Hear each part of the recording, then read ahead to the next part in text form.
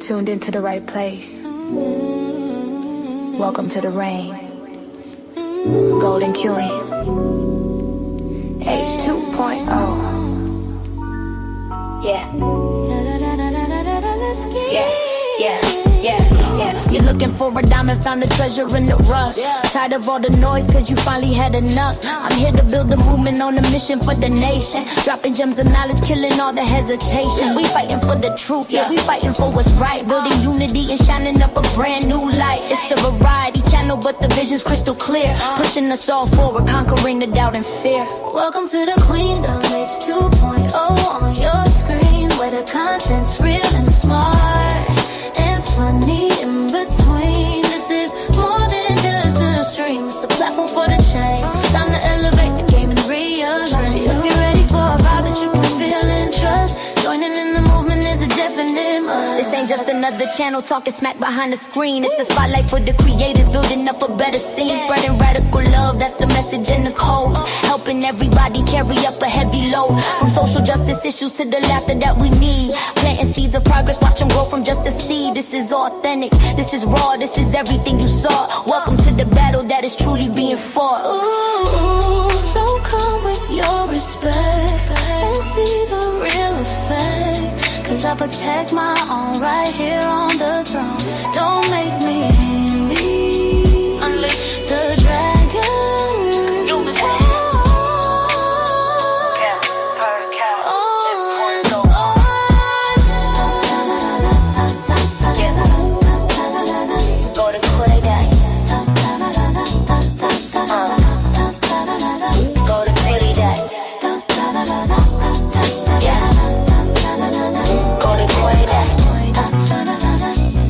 subscribe, ring that notification bell. Yeah, you don't wanna miss a thing. Welcome to the family.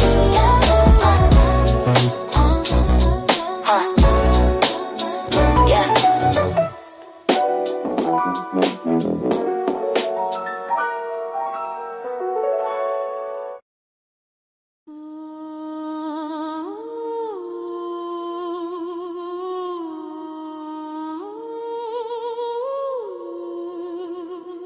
The air is thick with whispers, digital ghosts in the machine. They feed us fiction till our vision's blurred, you know the scene. Static on the screen, a 24-hour scream, selling us a fractured dream, tearing at the seams. They got us locked in little boxes, picking sides, while the real tide rises and nobody hides.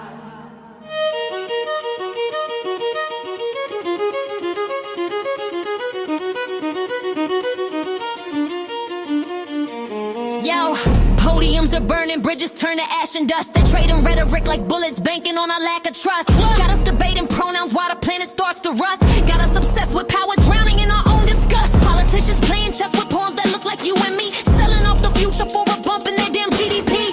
And what we talking about, the foolishness, the vanity, fighting over AI songs, the height of our insanity. A fake voice on a fake beat gets more rage and more ink than a real bomb dropping on a city while we blink. They engineered the outrage, designed it to divide, so we never look up from our phones to see the coming tide.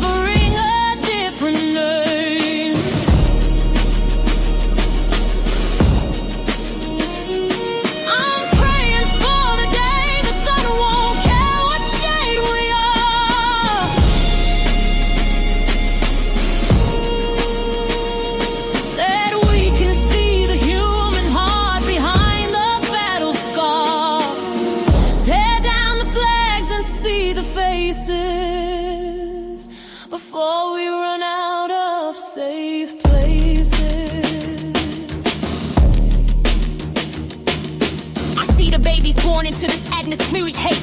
Taught to fear their neighbor before they learn to conjugate.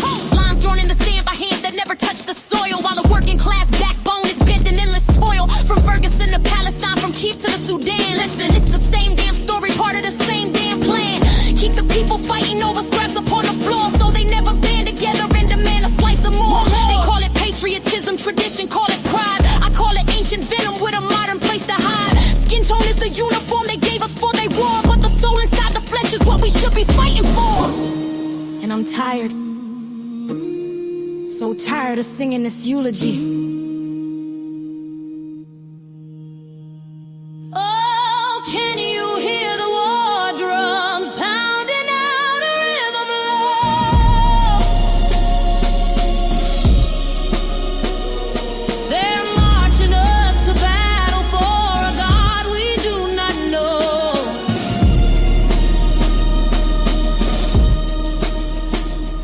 They want us choosing colors, but our blood all runs the same.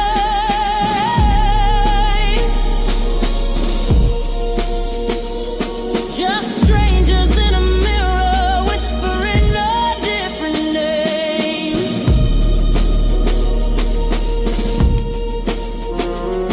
I'm praying for the day the sun won't care what shade we are.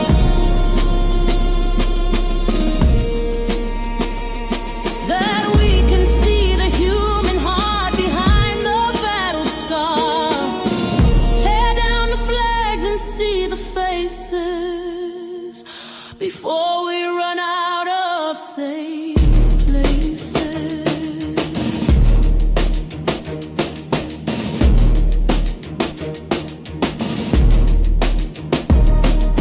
What if we looked each other in the eye, past the melanin, past the zip codes and the bank accounts they fence us in? What if our only currency was empathy and grace? What if we found our real reflection in a stranger's face? This ain't a lyric, it's a lifeline that I'm throwing out. This ain't a song, it's the beginning of a different route. I'm a daughter of a struggle, a mother of a dream, to wash away the blood and poison from this bitter stream. So turn the volume down on all the noise they try to sell, and listen to that quiet voice inside you know so well. World War III is knocking, they're at the door, but it's not nation against nation anymore. It's ignorance against wisdom, it's love against the fear. The real war is right here.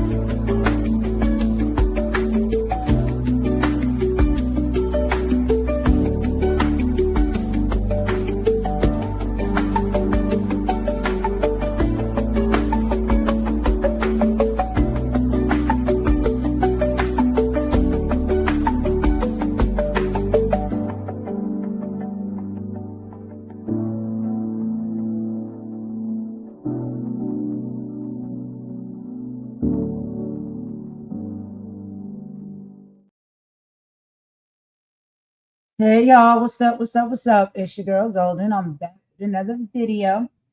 Happy Sunday, everybody. It is about 2:30 p.m. here Eastern Time in the Carolinas in the United States. And I just got a few topics that I wanted to come on and talk about today. Y'all know, wrapped a little bit around politics, and then we got a little bit of celebrity stuff we'll be talking about as well. But I hope y'all are having a wonderful Sunday. Hopefully the weather is nice where you're at. It's pretty warm here. It's been cold the past couple days, but the temperature's been going up and down. So it's really nice outside today. And the sun is shining a bit. So it's a really beautiful Sunday. Hope you guys are having a great day as well. And whatever respectful time zone you're in, whether it's morning, afternoon, evening, or night. But yeah, let's go ahead and get into what we'll be talking about on this live. So y'all know there's a lot of chaos going on in 2026, right? We know. We're seeing everything that is happening, within the government. Trump, we got to talk about Trump, okay? But a lot is coming out, and there's a lot of questions that are being asked when it comes to who is really running the country. So, is the America First president being dog walked into nuclear war by Netanyahu? We'll be listening to some audio from IHIP News having a conversation about that. And also, we'll be talking about this push for genocide and the latest threats to strike Iranian oil hubs just for fun. Imagine that. These are the things that comes out of Trump's mouth. Also, we'll be listening in a little bit to Reese Waters, and he will be reporting on how it seems the Latino vote is shifting. Why are former Trump supporters finally coming clean about the administration? We also will be hearing a little bit from Roland Martin, and he'll be talking about the Target boycott and how it has exploded into civil war after Pastor Jamal Bryant's massive walkback is leaving co-founders fuming. We have all the details here. We're going to go over it on this live, y'all. Some of these things you might have already seen on the mainstream, and some you might not. But we'll be bringing it to you this afternoon. So first and foremost, excuse me, y'all. When it comes to, Trump loving Latinos coming clean, we'll be starting off with a massive shift in the political landscape.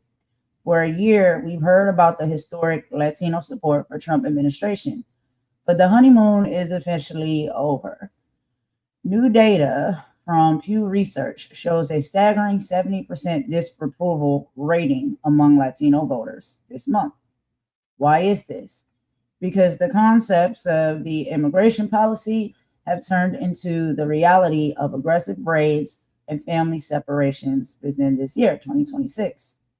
We're seeing former Latinos for Trump leaders finally coming clean, admitting that the economic promises they voted for have been eclipsed by what they call inhumane enforcement.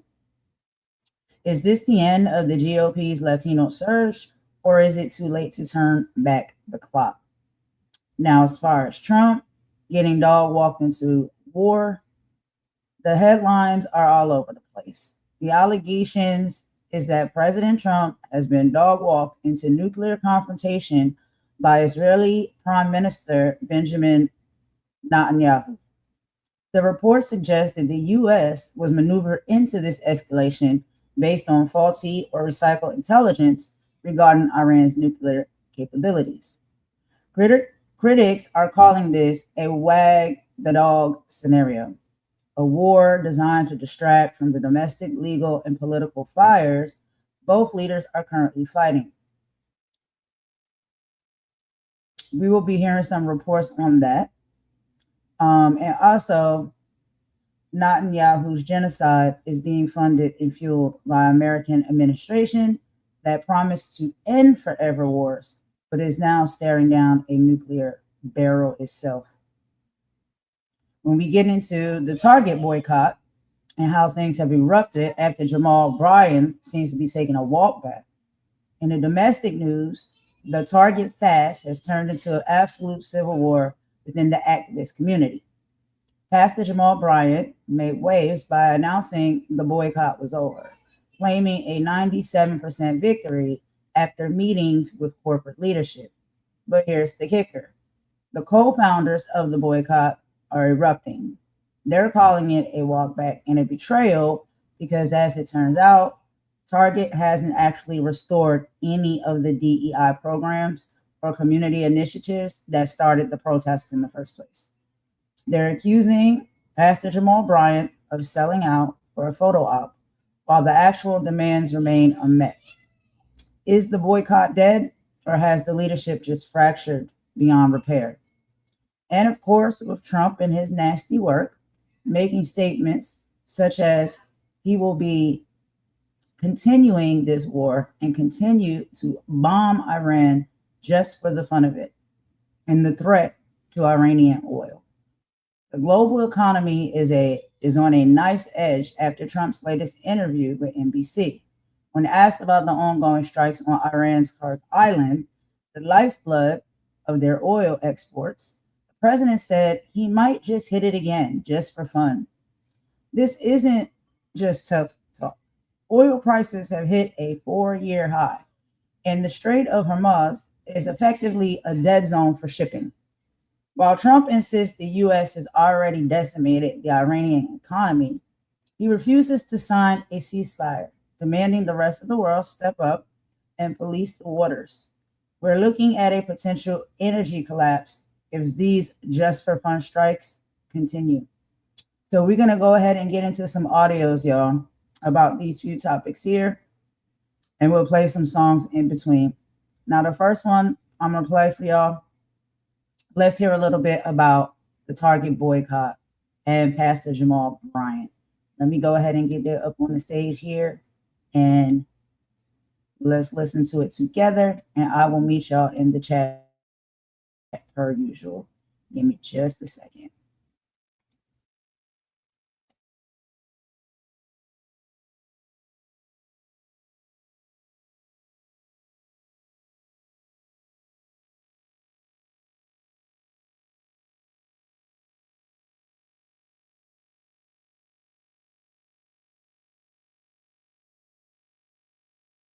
Bryant today offered a mea culpa after he came under intense criticism after Wednesday's news conference at the National Press Club in D.C., where he declared the end of his more than a year-long Target fast. Many people said, how can you call for the end of a boycott when you were not the only person involved in the boycott? He took to his Jamal Bryant podcast to set the record straight. It was a more than 20-minute a 20-minute video he did. Here's an edited portion of his comments. The very last thing I ever want to do is be a proponent of division or divisiveness. I want us to be together as one. This week, I failed at doing that. When it is that I called for the end of the Target fast, most in our community and culture were disappointed, angry, frustrated, and bewildered. What did it mean? Have you sold out? Have you given up? You wave the white flag? And emphatically, the answer is no. Publicly, privately, to the press and in conversation, I have heralded out loud the remarkable leadership of Attorney Nakima, Representative Nina, and Sister Soldier Tamika Mallory. I think that they are incredible leaders. And I don't want history to record that I tried to stand in the way of the leadership of warrior women. I absolutely tip my hat to them for their innovation, for their courage, for their passion, and their fire. It was my intention then, as it is now, to walk alongside them, but to never walk in front of them. Let the record reflect and show that it was Black women that started this movement. It was Black women who were at the helm. And it's been my privilege to stand alongside them. I am grieved that because of the pain and the trauma and the triggers of leadership of days gone by, it was an immediate presumption that we have been bought off, or that I have been bought off. And I wanted to tell you, as God is my witness, I have not, and I would not. I am grateful to be free, to know that what it is that I do is because a charge I have, and a God to glorify. In this year, I would be derelict and irresponsible if I did not take a moment to thank the Chamber of Black Commerce, led by their fearless director, Ron Busby. He walked alongside us and said, Jamal, while it is that you're calling people away from Target, you should be directing people to Black business. So when 300,000 people signed up at targetfast.org, they received a digital directory of Black businesses around the country, because we wanted to make sure that Black businesses thrived. Not only did we do that, but I want to thank 5 partner churches. The Wheeler Avenue Baptist Church in Houston, Texas, pastored by Marcus Cosby. Reverend soon-to-be Congressman Frederick Douglass Haynes III at Friendship West Baptist Church. My comrade at arms, Dr. Charlie Dates, in Chicago at the House of Hope. Reverend Stephen Green at Allen Cathedral in New York. And of course, right here in Atlanta, the New Birth Missionary Baptist Church. Last year, we set up bullseye markets where over 100 vendors went to each location, geographically, regionally, so that Black people would circulate their dollars and understand that we have a responsibility to exercise the Kwanzaa principle of cooperative economics. I want to pause and extend my heartfelt commendation to the Black businesses who over this past year have had to pivot and had to contort because of the adverse impact of this boycott. The Black businesses that were on the shelves of Target, who have seen a significant drop in sales because we were not there. We want you to know that we love you, we support you, we stand with you, and everywhere outside of Target that we can be of a benefit and an ally, I want you to know that we are committed to it. The authors who pulled your books off of the shelves because you stand in alignment and stood in agreement, I am most grateful for you making the sacrifice for the larger good. The last 72 hours have caused me to do a lot of soul searching, to figure out where it is that we are, what it is that we've done, and what missteps were made. And I wanted you to be mindful that there were no private deals. And I've been grateful to be a part of it and excited to see your stick-to-itiveness and your passion. Even when it came to having to check me, I laid down on the train tracks. Y'all came and got me. And it was well-deserved, well-served, and it was well-heard. And so to be clear, as hearing from Soldier Tamika Mallory and Representative Turner and Nakima, they have every intention of moving forward. And I believe that this is the hour where Black women lead. I believe that this is the hour where Black men take their rightful place in their rightful position. I am their brother and glad to walk behind them or beside them and always available in any capacity, if necessary, to be able to be a partner. And I would ask that in this hour, that we would in fact take our cues from sisters. I'm glad to be a part of the journey and have been a part of what it is that God has called me to do in mobilizing congregations and churches and pastors all over the country. The real test of who we are is, can you follow when you are not leading? Can you follow when you are not in charge? And I am humble enough to realize that I am graced to be a part of a company of amazingly strong leaders. And I'm grateful that you have taken this boycott seriously and you believe that this is something worth fighting for. I do not in any way, shape, or form claim to be the leader. I do claim to be a servant, and I'm grateful to serve. I'm grateful to be a part, and I'm excited about building a better community for this generation and for the generation that comes behind.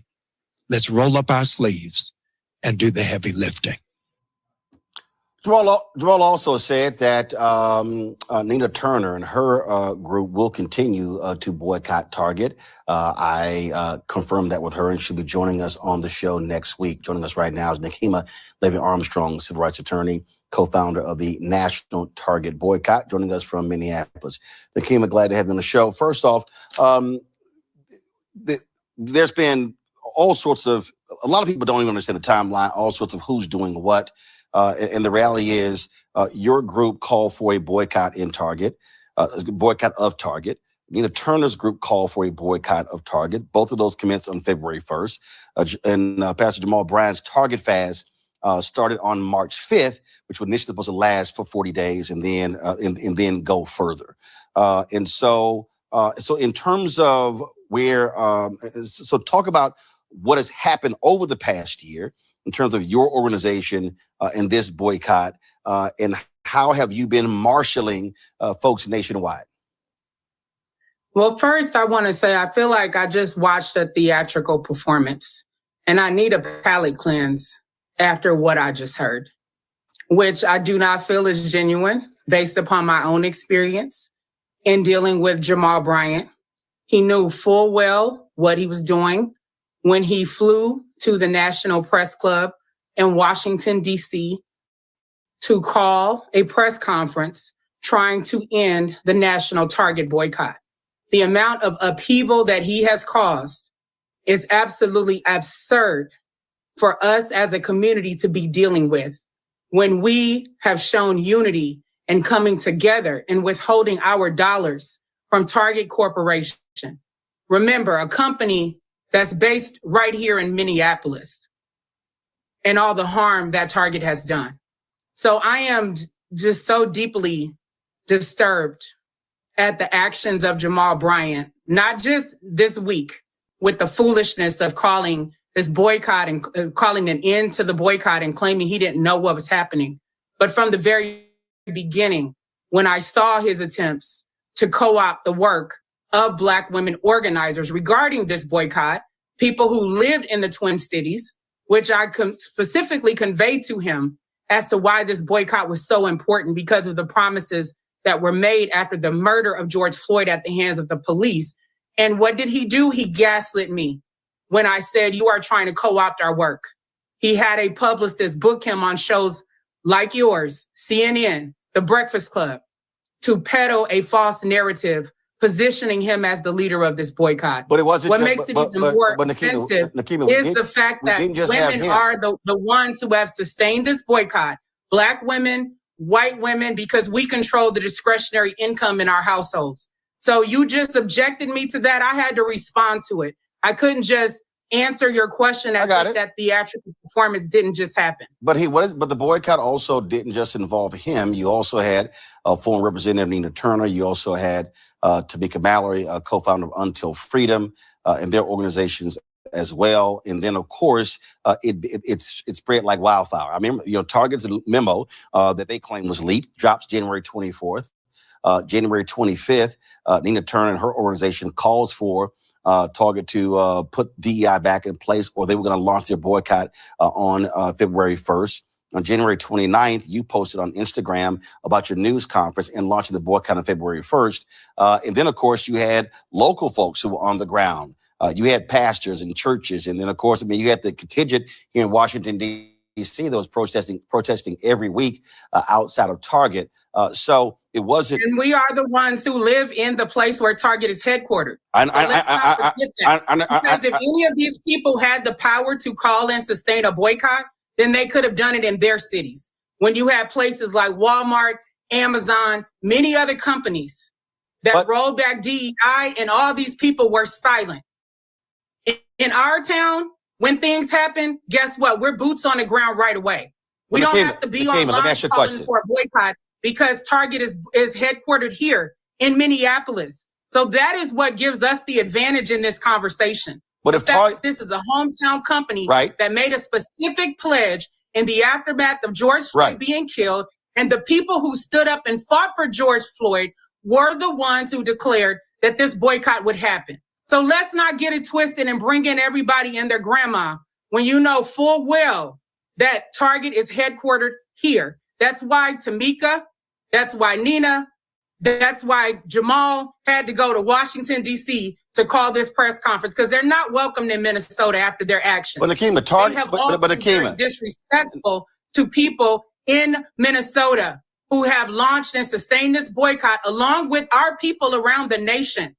Because I got to give it up to Black folks around the nation for having self-discipline, making a conscious decision that they're not going to spend their Black dollars in Target, and calling out the BS that we all witnessed this week. But that's my whole point. Brian tried to call off this boycott. But that's our people. But that's my point. Standing firm and not believing the hype from media outlets who are pretending that they don't know what the truth actually is. But that's my point. There are people all around the country who have participated. And so even though Target is based in Minneapolis, you've had people across the country. You've had other folks in other cities. It's a national boycott. Right. I understand that. That's around the country. But don't dilute the leadership of the people on the ground in Minnesota. Because you and I had a conversation about this very thing. And I told you at the time that Jamal, Tamika, and Nina are not credible. Okay. That is why I would not join the national coalition that you wanted to form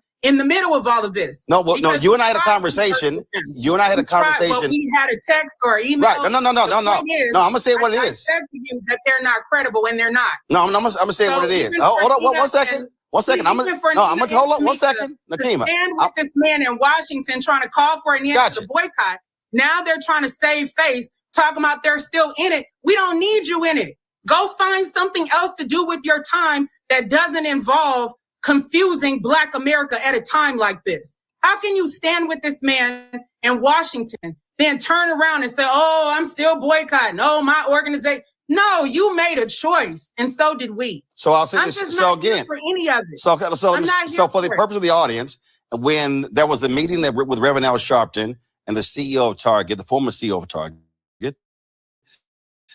and Pastor Jamal Bryant and others in April, then there was a whole lot of back and forth. That's when you and I talked, and I texted because one, I was asking what communication was taking place between y'all. That's when you said you did not want to work with them. That took place in April of 2025. So what I am, and I told you why. I said I got you. Work with them. And they don't have integrity, Roland.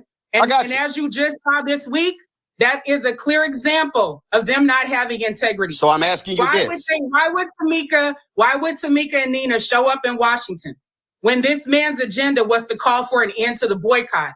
Now they're backtracking, claiming the boycott is still on. We don't need this kind of confusion in our community. They can, if they have all this organizing prowess that they claim, then prove it and show us what else you can do.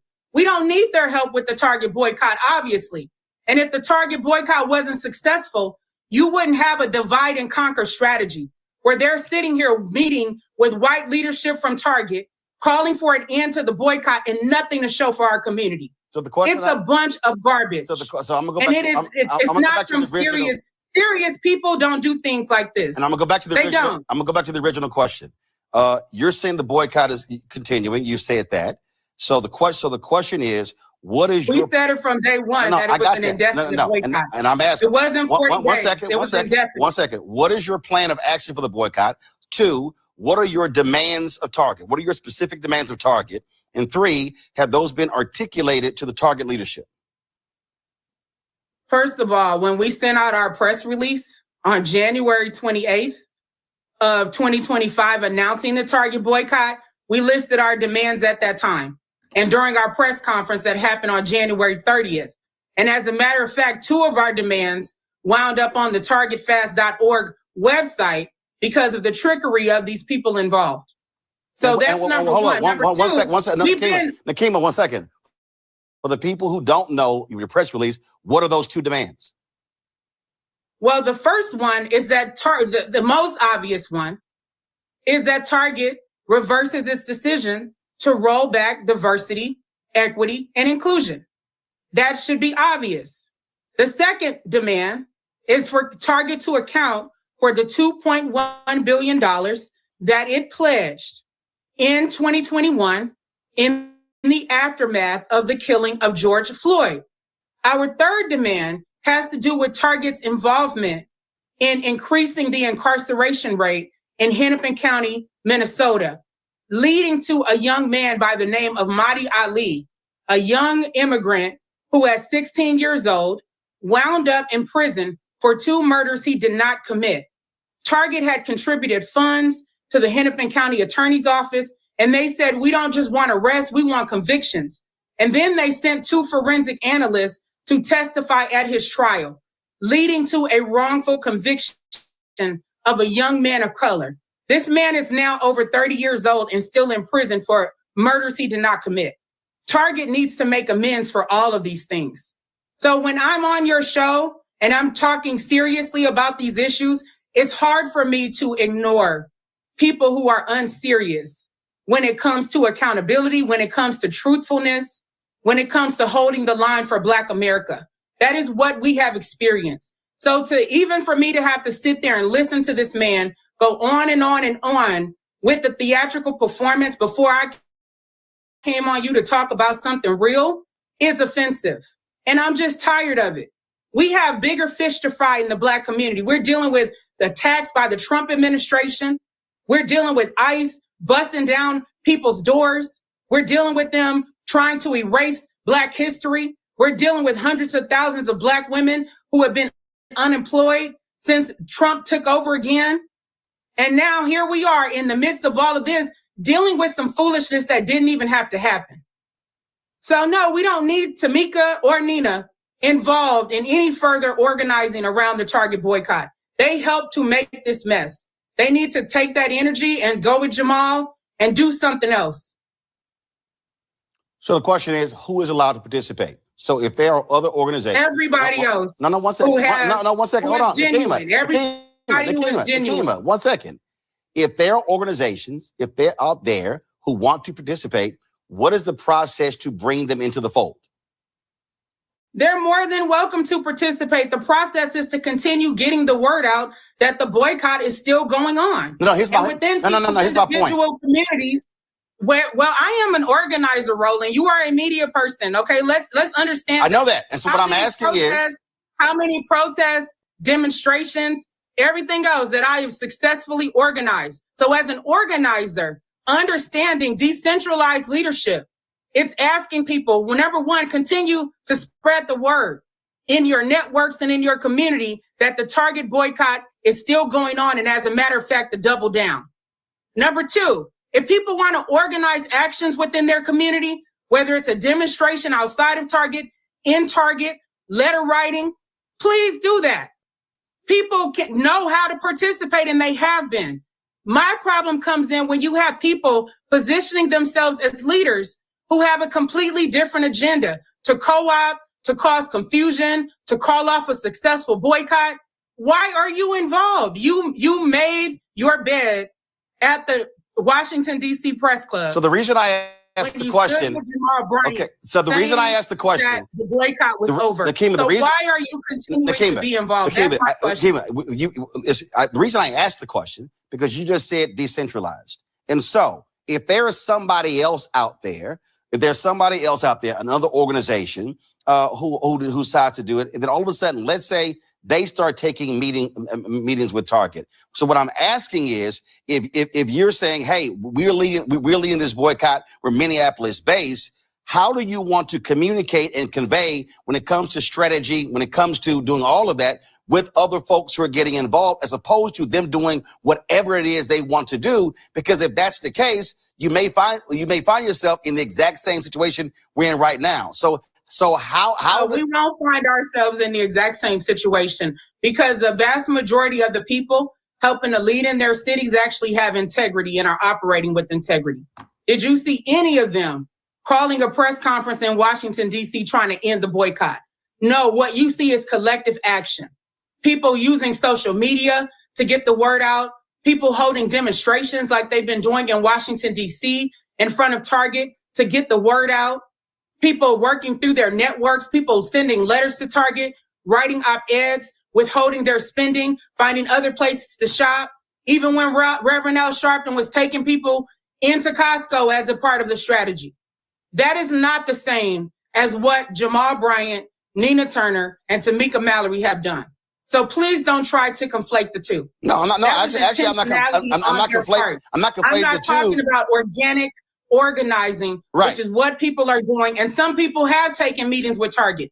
And that's fine and dandy if that's what they want to do. It doesn't mean that there's going to be an end to the boycott simply because someone takes a meeting with Target. We were offered a meeting with Target, and you know what we said? We will only meet with Target if the starting point for the conversation is them reversing their decision to roll back diversity, equity, and inclusion. If that is not on their agenda, you're not going to waste our time. We're not playing these games with these people. We are winning as a community. So why would we retreat and suddenly end a boycott that is actually successful and powerful and is mobilizing our community? So I'm encouraging people to get involved with the boycott, but to have good intentions, to operate with integrity, and to be truthful. Have y'all communicated? Well, one second, Nakima. I've got 2 more minutes because I've got 3 guests waiting. The question. Well, you spent 10 minutes letting us watch the theatrical performance. First of all, Nakima. First of all, this is my show, and I covered that today. No, Nakima, one second, Nakima.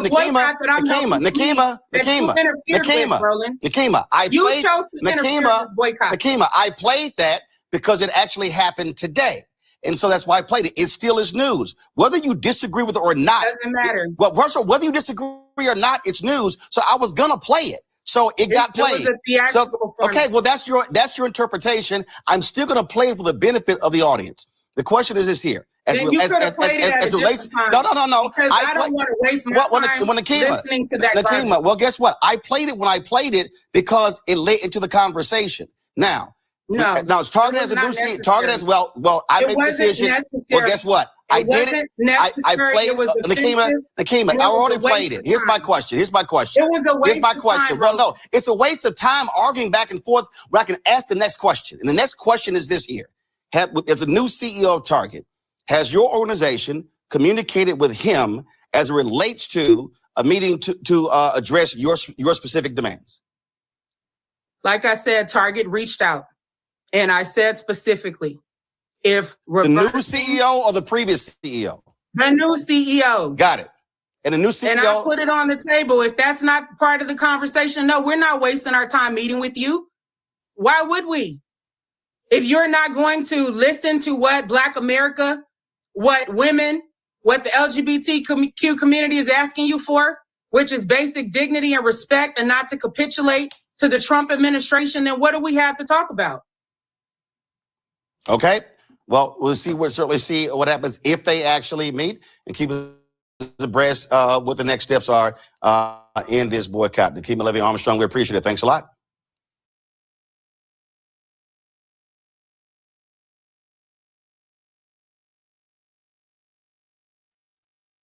All righty. Well, that was a lot. That was a lot. What's up, Carlos? So I have a few things that I, was looking up when it comes to this topic or whatnot. And it is something that I heard about originally when it first started, because of all of the changes, that were being made when it comes to DEI. Remember, that's way back when Elon Musk was all up and through and working, with the Trump administration, and they were cutting, programs and, things that they had put in place for inclusivity. And this started a while back, right? The conversation and the cutbacks, right? And then there was like we see activists that came together and said that they were going to put together a boycott. And so let me just go ahead and read through a few notes right here, just in case, because there was a lot of arguing and back and forth. I understand that. And sometimes the actual real message and what is really going on can be missed when those type of things is happening. So let me go ahead and just give y'all a little bit of additional insight as to what exactly has happened. So basically, hold on, let me go back to my note, y'all. Give me a second. All right. So we'll get into why the people are mad at Jamal Bryant. Okay, so it's the victory discrepancy. Bryant announced that Target had met 3 of the 4 major demands of the boycott. However, co-founders like Nina Turner and Nikema Levy, who we just heard from, who originally started the boycott in Minneapolis, in that movement, says that Target hasn't actually made any new concessions, right? They claim that Bryant is just simply pointing out to old 2021 commitments and calling them wins. So then we have the co-opting of the movement. Many activists, particularly the Black women who did lead this grassroots effort in Minneapolis, feel that Bryant co-opted their movement. So he inserted himself into that movement. They argue that he positioned himself as the leader and then had private conversations with Target CEOs such as Michael Fidelki without any consent or conversation with any of the original organizers, and settled with Target. And so during his press conference, Bryant's team had to clarify that despite the victory speech that he made, Target did not actually reverse the rollbacks on diversity, equity, and inclusion, which is DEI, that started the movement and the fight in the first place. Now, critics are accusing Bryant of giving Target basically a get out of jail free card, right as the company was feeling significant economic pressure, including a reported $20 billion market value loss and an 8% drop in foot traffic within the store. And that's what these boycotts are for. That's what's supposed to happen. They're supposed to feel the burn. They're supposed to feel the losses, right? Because if you're not doing right by your people and your communities, if you're not doing right by, certain races of people and being, exclusive, right? You don't want to include people. You're not, coming through on promises that you made. And we'll get into what those promises are that Target made. Then there has to be, organizers of this boycott feel as though there has to be a consequence. And that's the consequence. When people stop pouring their money and their dollars and coming to your stores, you feel that burn and that loss. And then you start to appreciate those people more. And because you want their business back, you want them to come back and, frequently shop at your store, they are telling you, this is what we need from you. If you want us to support your store, this is what we are requesting that you do that is fair, right? So there's all of that. But this boycott started in early 2025, okay? It was sparked by Target's decision to scale back several high-profile commitments to Black communities following the 2024 election of Donald Trump. The 4 main demands were these: financial investment. They were supposed to honor the $2 billion pledge to Black-owned businesses made after the 2020 George Floyd protests. Also, the partnership with HBCUs, meaningful investment in retail programs at historically Black colleges and universities were something that they were supposed to invest in, and those promises were not made. restoring DEI practices within their stores, reversing the decision to cut out DEI and put DEI back in place, and also banking support. So depositing $250 million into Black-owned banks to help strengthen community wealth. These are the main four things that Target was promised or requested to do. And I guess they basically said that they would, and they didn't. And then the boycott and the protests began. And Jamal Bryant inserted himself into all of that and told all of his followers that they can return to the stores. Now, the leaders of all of this and the people who put together this boycott and this protest are insisting that he had no place to do that.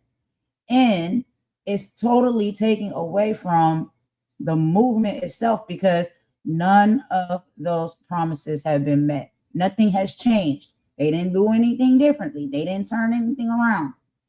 And so they have hashtag Target Fast, they say is the movement, and it continues until the company issues a public apology and fully restores the DI programs and, fulfills the promises that they made. So this is the back and forth, that we hear happening. Okay. Now, when it comes to Jamal Bryant, there are questions and suspicions that there's some type of gain that he got out of doing this. But basically what he's saying is that there was no money exchanged. In recent interviews, including one that he had with Capital B in Atlanta, he stated that he hasn't been paid a dime or even, going to these meetings. He claims that he paid for his own flights and hotels to meet with Target executives. And he said the company didn't even buy him lunch. Child, that's petty.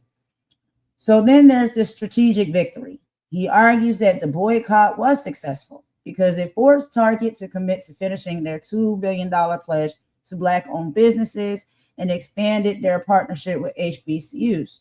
To him, the Target Fast was a 400-day spiritual and economic exercise that reached its natural conclusion.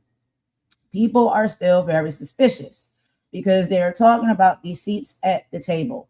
So they say even if no cash was exchanged in hand, critics like Nikema Levy and Armstrong and Nina Turner argued that Bryant may have settled for access or a seat at the table with Target's leadership. They believe he traded the community's leverage for a high-level relationship with the CEOs at Target without getting the specific policy reversals, like restoring the cuts of DEI programs that the movement originally demanded. And then they also mentioned that there's a PR benefit for Target. Many feel that Target is the only real winner here by having a high-profile Black leader, such as Jamal Bryant, Pastor Jamal Bryant, declare victory. The company gets to stop the bleeding of their stock price and the foot traffic without actually changing the controversial policies that started the boycott in the first place. And the Target Fast versus the boycott. Critics say that he used specific Target Fast entity to essentially provide cover for an entire national boycott to end, even though he didn't start the original movements in Minneapolis. So the situation has become tense, as we can see. Bryant recently issued an apology, which we heard him speak first when we started the video, for the confusion, and clarified that while his personal fast or with his, church and his congregation is over, other organizations are free to continue their own protest. Nina Turner, who stood next to him at the press conference, has already stated that she will never step foot in a Target again, showing a major rift in the leadership stance. And so it's a lot of back and forth, y'all. So for me, I was just listening to it and I was like, oh Lord, here we go again.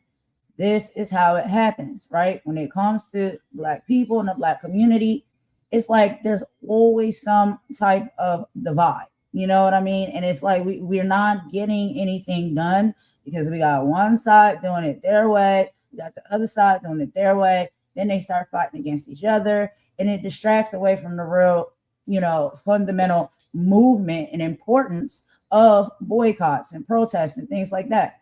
So the divide that we're seeing isn't just about a store, in my personal opinion.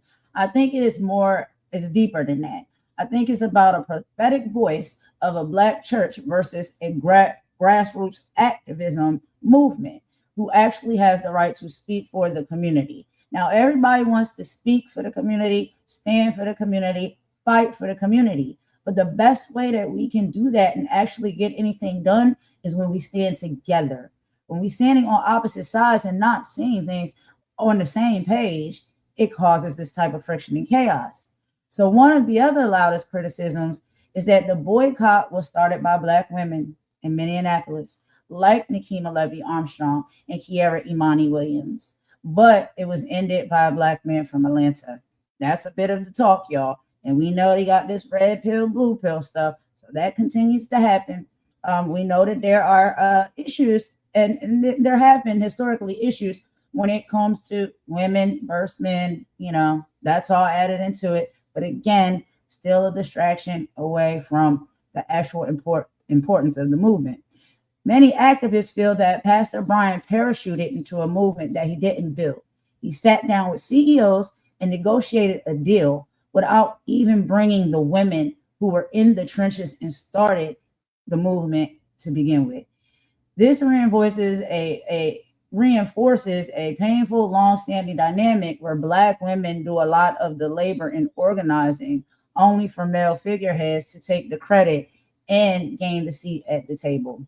This is their argument. This is what they're saying is one of the other major issues when it comes to this. So the spiritual fast versus the economic warfare. So Brian's view is he sees the Target fast as a spiritual discipline, a 400-day protest that has run its course, claims that getting Target to admit that they are 95% done with their $2 billion pledge is a win enough. Now, the community's views, backed by mostly the women who started the movement, the activists, are calling this a hollow victory, since Target hasn't actually reversed any of these things. It hasn't reversed its retreat on DEI or issued a public apology. Many of Brian's victory laps of giving the corporation a PR lifeline right when they were at their most vulnerable. So it's like you got to starve them out, right, to get things done and to really make noise and, you know, bring change.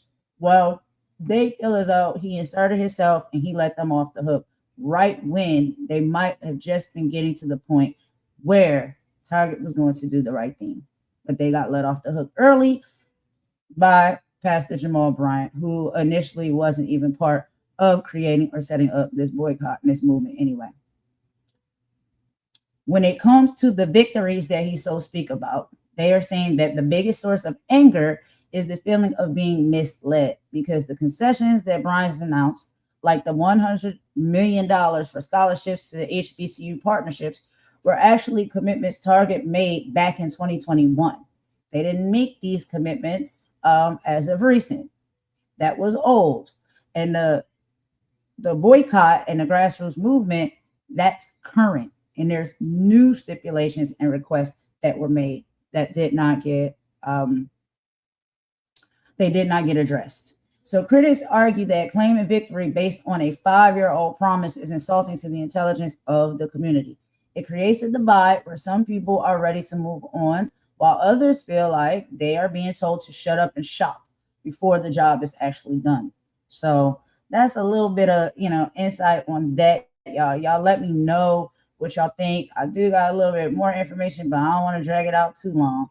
But I could ask y'all some questions, So what do y'all think? If a leader negotiates behind closed doors without the original organizers of a, boycott or a movement or a protest, is that leader working for the cause, or does it seem that leader is working for their own brand and their own personal needs or what they can get out of it?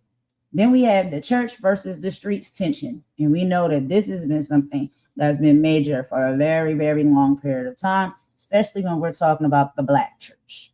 And we got to remember Pastor Jamal Bryant, and there's a lot of talks around these mega churches as well.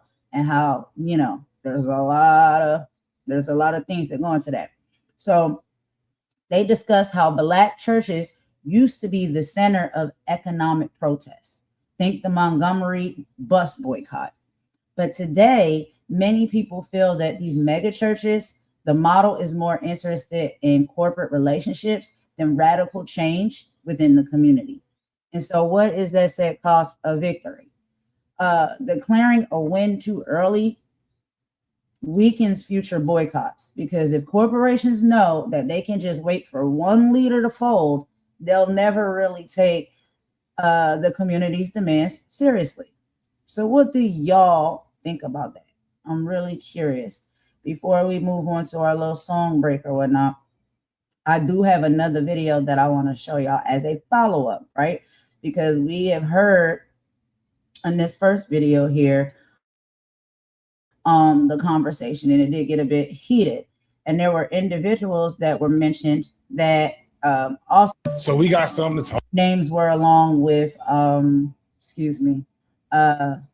Jamal Bryant, other female activists, and they were being called out because it was being said that they also were, you know, standing on the wrong side of this boycott and this movement. So let me go ahead and play that audio for y'all real quick so y'all can hear their response as far as how they felt about it. And I'm curious to know how y'all feel about it as well, you know, because I do believe that is a little weird to me, you know, like how you can just insert yourself and take control, you know, of like a movement or a boycott that was never yours to begin with. And then call the shots as to when you say it's done, it's over, it's resolved. When really the organizers and the community is like, no, it's not resolved. We need to keep going because they have not met any of our requests. They have not met any of our needs. So let's go ahead and listen to this second piece of audio now. And this one is now Tamika Mallory, and she's having a conversation with Roland as well. And we'll hear what she has to say as far as the follow-up. You see three of the national leaders of the Target boycott, which has survived more than 400 days since launching February 1st, 2025, made this announcement today. Now, Pastor Jamal Bryant led the Target Fast. That was at targetfast.org. That was the faith-based component. You might remember it started on March 5th. It went from the beginning of Lent season till Easter Sunday, and then they continued it. The initial boycott was launched by Nina Turner and her organization. Then she brought in Tamika Mallory, co-founder of Until Freedom. Now, Nikema Williams, who is an organizer in Minneapolis, they also launched a boycott as well. And they say that their boycott continues. And so, again, so there are different groups here with different purposes. In today's news conference, Nina Turner, she addressed the issue.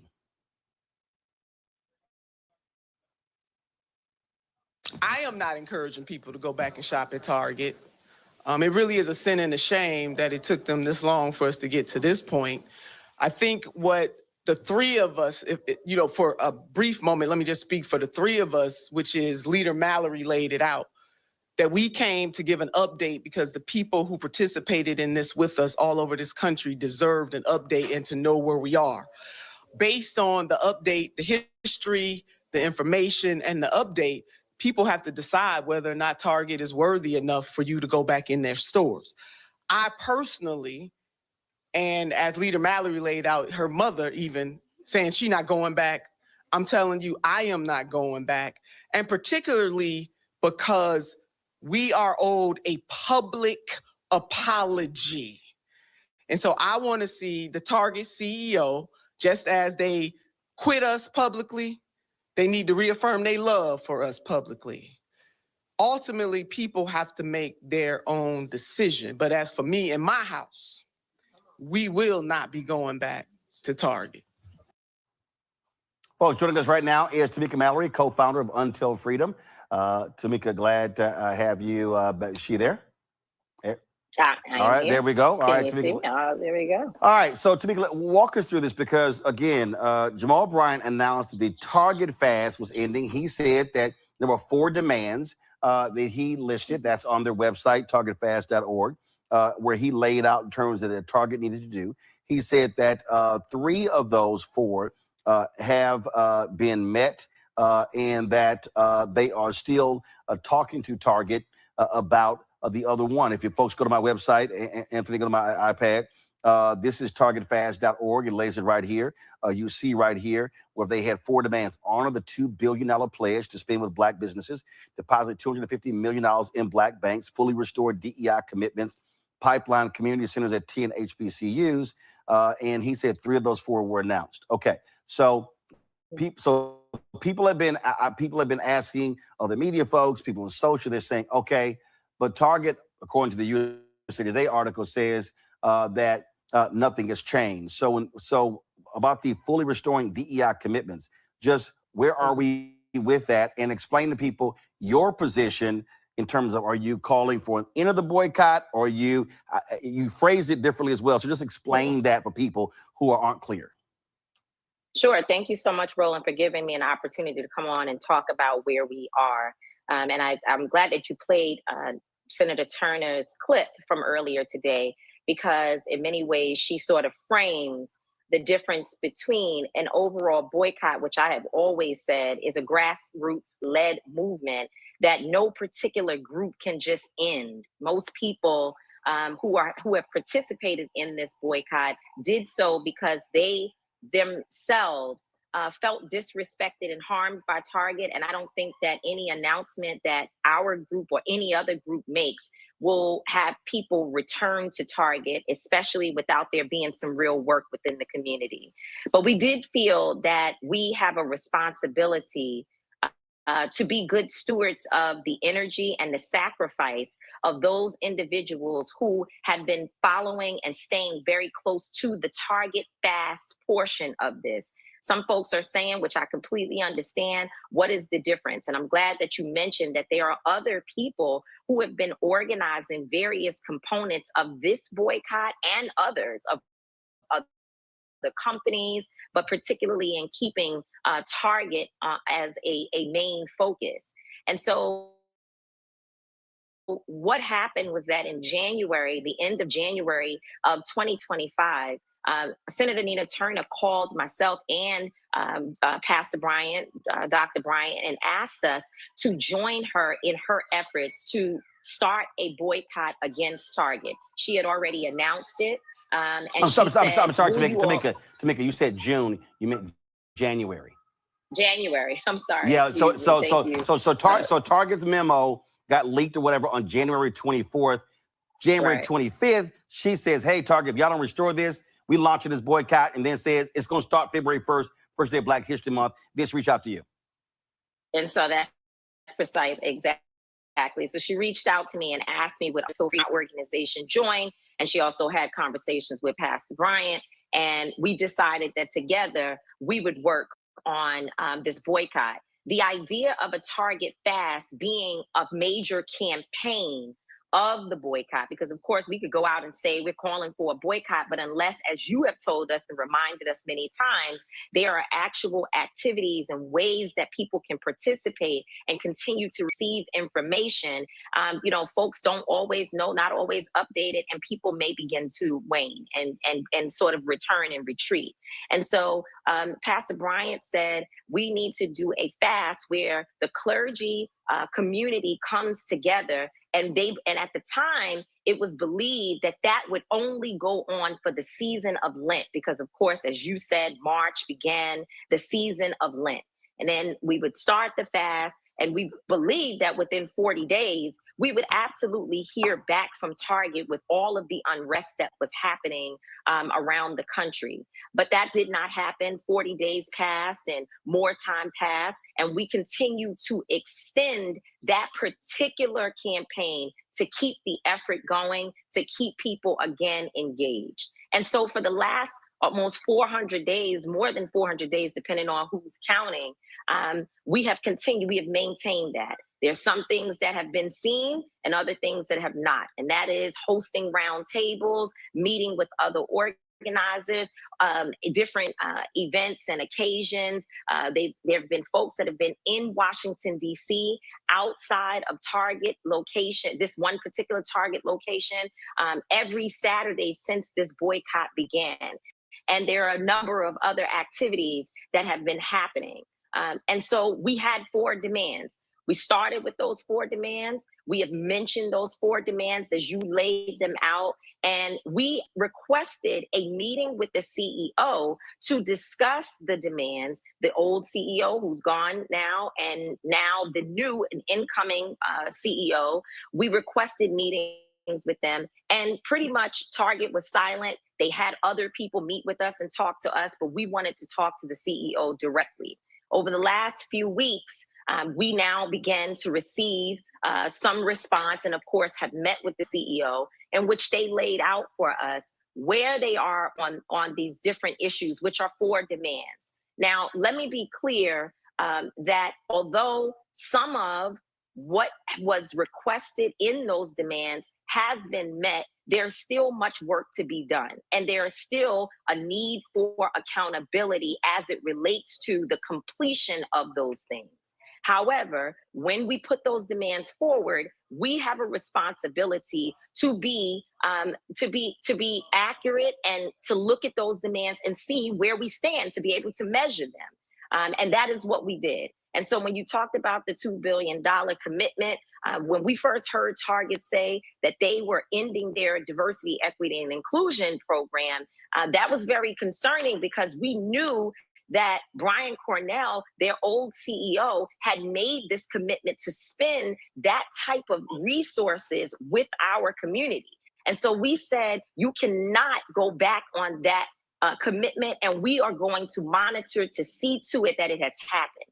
And at this point, we know that there has been $2 billion plus $100 million in additional grants, and they are probably around 97% there with their investment in communities. I don't want to belabor by going through every single point in detail, but what I will say is that on the diversity, equity, and inclusion piece, while they have announced the program, for the background noise, while they have announced their program Belonging, we have asked them multiple times to speak to the community and allow people to know that they took their diversity and their inclusion programs and put it under Belonging. We asked them to be clear, to clarify such, and other than them speaking to us and other groups individually about it, they have not done so, in my judgment, in a very concise way. They said that those letters, DEI,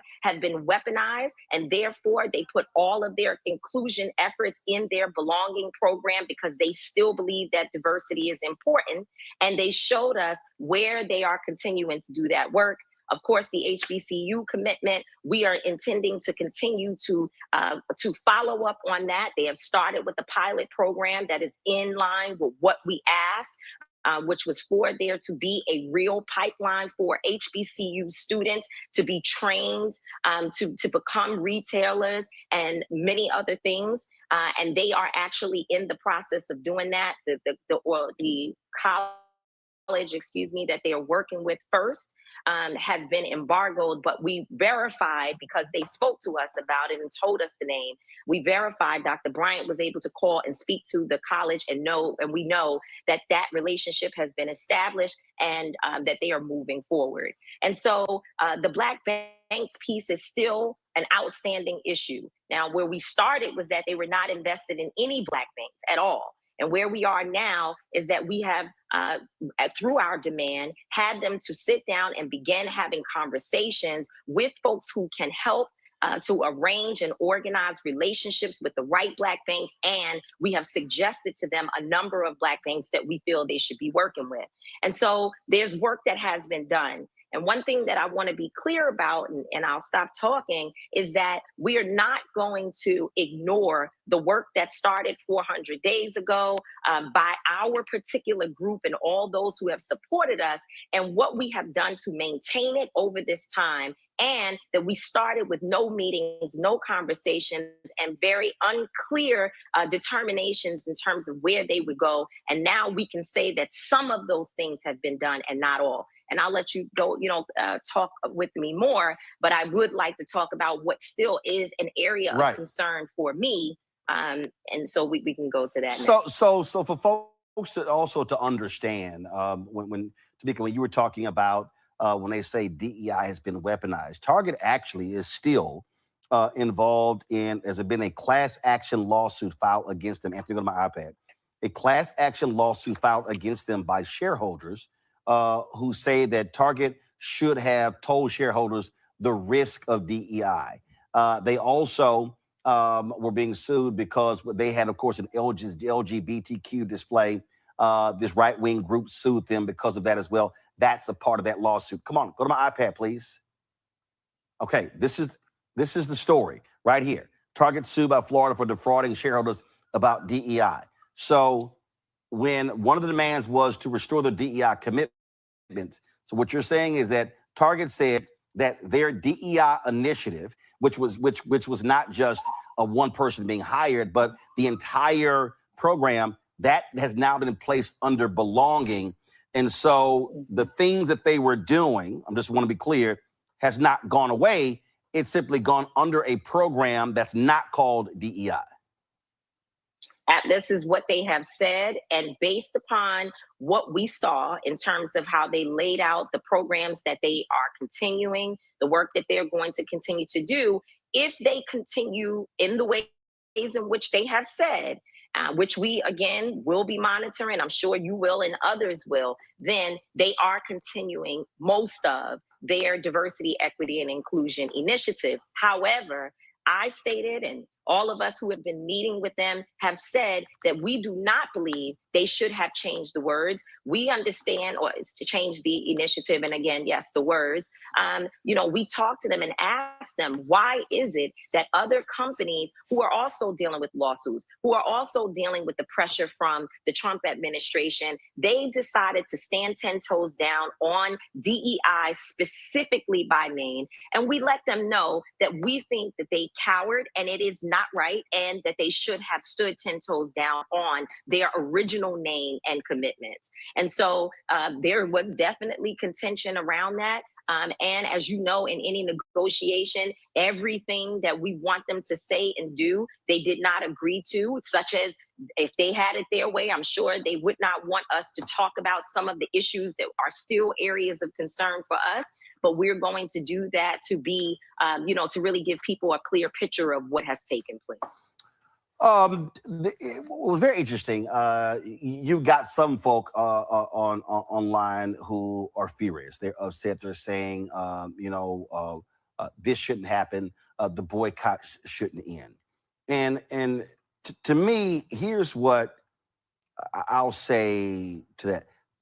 There's a difference between a boycott and an economic withdrawal.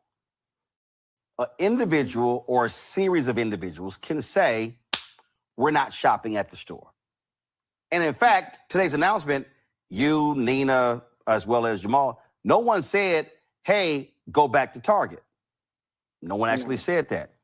But when we talk about a boycott has a plan of action in place. These are things that we want. I talk about this all the time, Martin Deppy's book on Operation Breadbasket. And they had 6 steps. Number 1 was information gathering. Number 2 was committee evaluation. Number 3 was negotiation and education. Number 4 was economic withdrawal. Number 5 was agreement covenant. Number 6 was monitoring. Boycott is actually the last piece of that. And I think what happens, Tamika, a lot of folk, obviously, who it is an emotion that people present.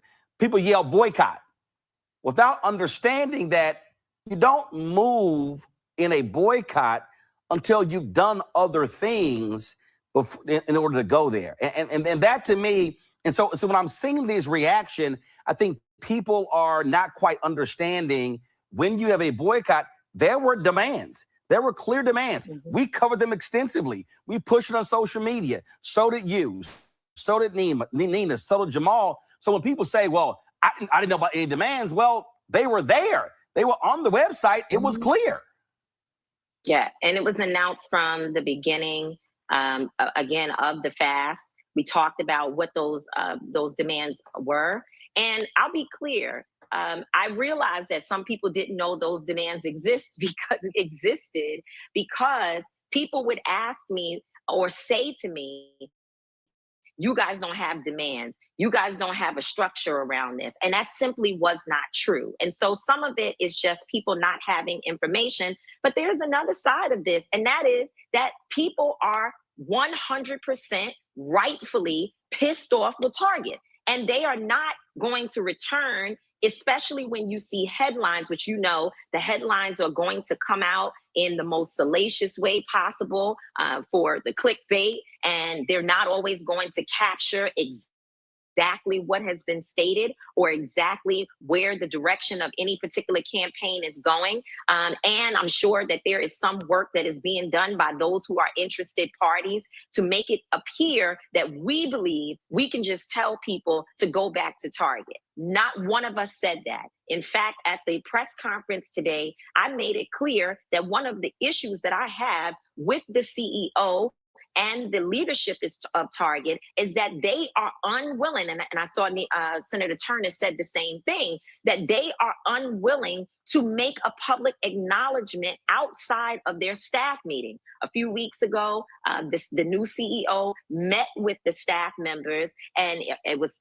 many, I think I heard 30,000, someone said it was more than that, of the staff members on a Zoom where he spoke to them, he addressed them and said, we have broken the trust with the Black community, Black consumers, and with you all, some of you as employees, and there's work to be done to repair that. And so as I sat across the table from him, I asked the question, why is it that you have not made that statement more publicly known and more publicly available, because there are people outside of your team, internal team, that need to know that you have acknowledged the harm that has been done to the Black community.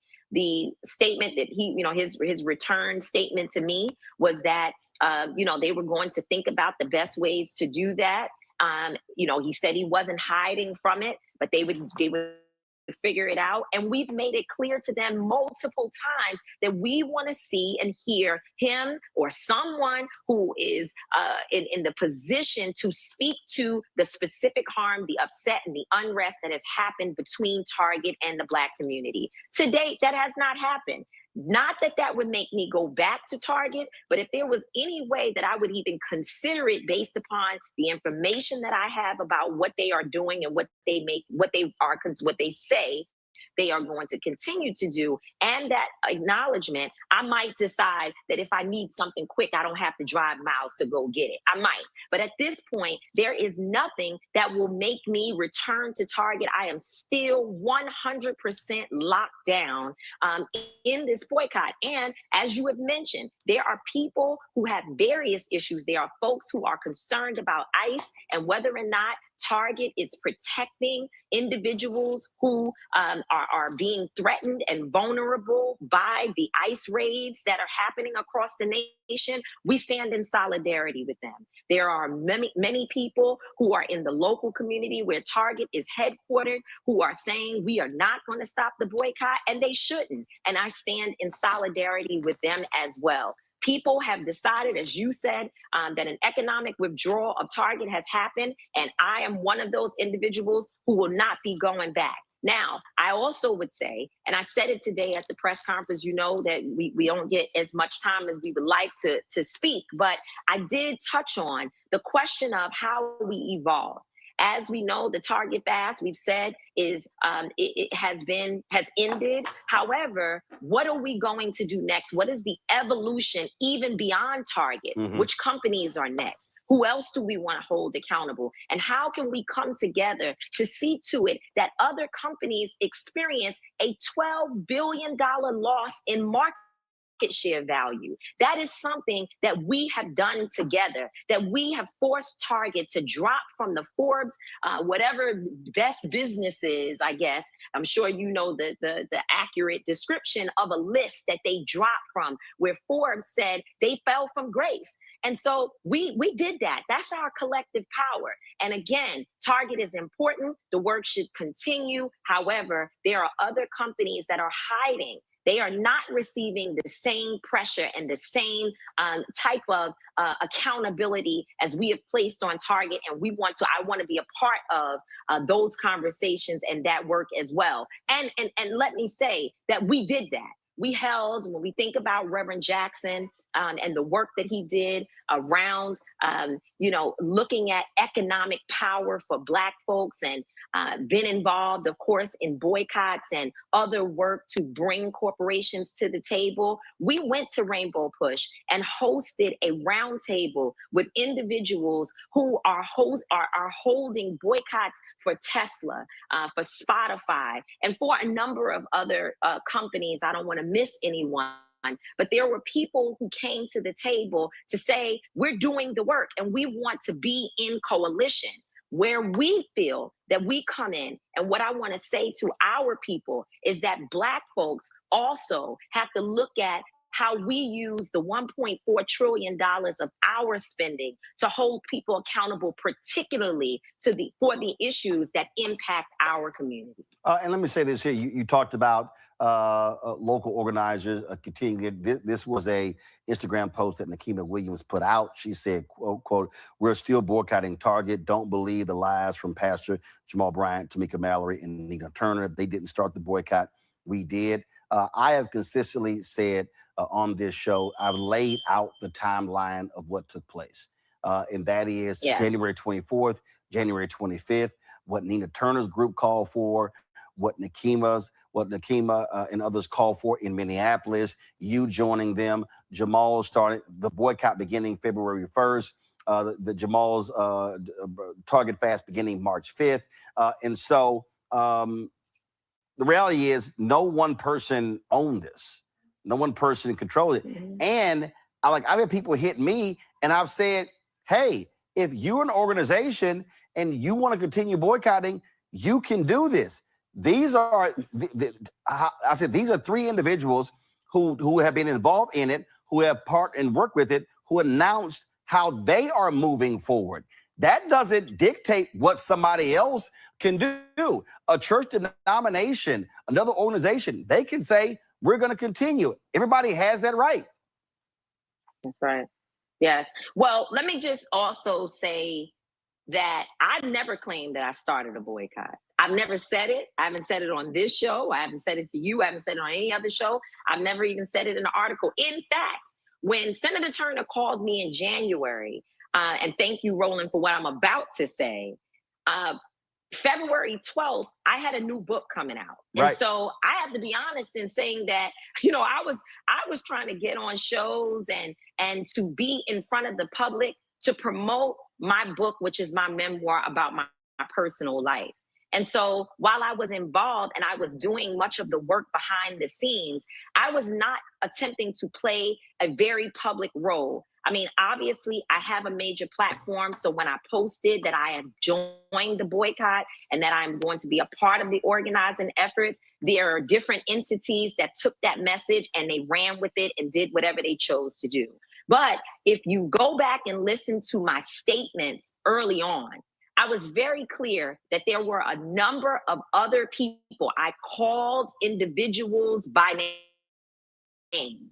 That there were other individuals who were also organizing. They were organizing locally. They were organizing in different places across the country. And I have said that from the beginning. I maintain it. What I am not going to do is participate in struggle Olympics for who ran the race first and who got there first. That to me is childish. And it is something that I won't participate in because everybody had the ability to do whatever they needed to do to keep the campaign and their boycott going. And I pray that it does continue in the ways in which people feel they need to, so that we get to an end that is not just about, again, Target, but that it is about holding corporations accountable ultimately. And what is most important to me is that this boycott it sends a clear message to the Trump administration that you may arrest us, you may try to silence our voices with all the suppression tactics, but the one thing you cannot do is force us to spend our money with companies where we feel disrespected. And so we will use our voices. We will use the work that we are doing, or the money, that we have, to be our voice and to scream out loud for us, even though we may feel that some of us are being suppressed in other ways. And so, again, I have no intention. You will never, ever see me working to post slander and going back and forth with people. I will defend myself, and I will speak up when I feel that I am being mischaracterized, or that any of the people who I work with, who I love dearly, are being mischaracterized. But I will not participate in Struggle Olympics that becomes an unnecessary distraction for folks who are attempting to continue to move forward. For me, what I would do if I was anyone, and I'm not speaking particularly to folks in Minneapolis, but this is anyone who is now saying, well, we're picking it up, more clergy, we're going to do a fast. We have a new campaign and we're going forward. I will gladly join those efforts. If there is a need for me to share my expertise and support, I will do so. And if not, I will be like the tens of thousands of people around this country who no one knows their name. They didn't make themselves, they didn't do a big announcement. They just took their money and put it in their pockets and said, I'm going to be a part of this in my own way. And so that's where I stand on that. Again, if you ask me, I'll tell you where I stand. But in terms of me sitting here and going back and forth and getting into a dogfight with folks over who started first, I can tell everybody who is watching today, Tamika Mallory did not start anything first. I was called by my sister, Senator Nina Turner, and I showed up to be supportive to her and the work that she started doing before I knew anything about what anyone else was doing. But I support everyone's efforts, and I hope that we all win.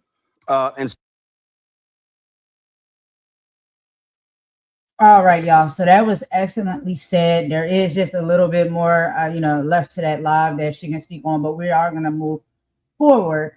And some of the commentary that I wanted to give on that is one thing that when I was listening to Levy, I think stood out to me the most is that there seemed to be a lot of outrage and a lot of anger there. And I do think that, and we know it, guys. We see it, we experience it, especially when it comes to the Black community, us as Black people. There is a lot of ego sometimes, and there's a lot of, people, sometimes get too caught up in, well, I did this, I did that, I started this, it was my idea, we're responsible, all of those type of things, right? That's your ego getting in the way. When your ego gets in the way, you miss out on what the proper important aspect of the goal is. You know what I mean? Like there is a goal, and yes, somebody could be the one to say, you know what, we're going to start this thing. We're going to kick this thing off. And as people come in, they also want to, participate, support, even if they're working with the said people who started it, or they do it in their own way. Like Tamika Mallory was saying, it's still everybody is moving towards the same direction for the same cause. They may just be doing it a little bit differently, but I do understand, there can be confusion as far as how things are said. And so basically what I'm hearing is just like Pastor Jamal Bryant said that he was ending the fast portion of it, which is the portion that him and his church and his congregation was doing when it comes to, this boycott or this movement. They were fasting from, for Lent, for one, they said, but also fasting from Target. And then him and the congregation decided that their aspect of the fast or their portion of the fast was over. Like for him and his part of it and his people, they were like, okay, we're satisfied with where we're at now and the conversations that we have had and the promises that have been made. And so we're going to quiet this thing down and dead this thing down in the way that we've decided to participate in it. But others who have been participating in their own way, especially the initial organizers of the movement, are like, we're not done. We're not done yet. We're not letting them off the hook yet. We're still standing 10 toes down and all of this. And so when it comes to a lot of these movements and stuff, they have a lot of real policy disagreements, you know. So I do believe there's an explosion of anger from like grassroots organizers.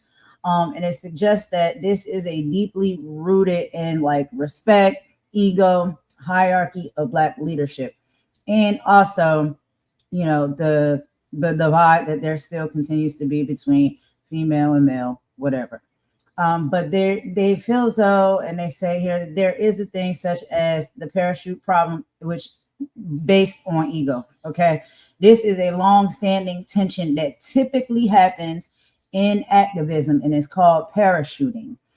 This is when a high-profile leader, usually with a massive platform, such as a mega church or a show or a podcast, enters a local struggle once it has already gained national attention and momentum. And then there's the disrespect factor of it all. The Minneapolis organizers have been on the ground for months when Pastor Bryant stepped in almost at the tail end and became now the face of the movement in the media. And it felt like he was erasing the women who actually started and did a lot of the boots on the ground work. Now, we also got to talk about the ego as well.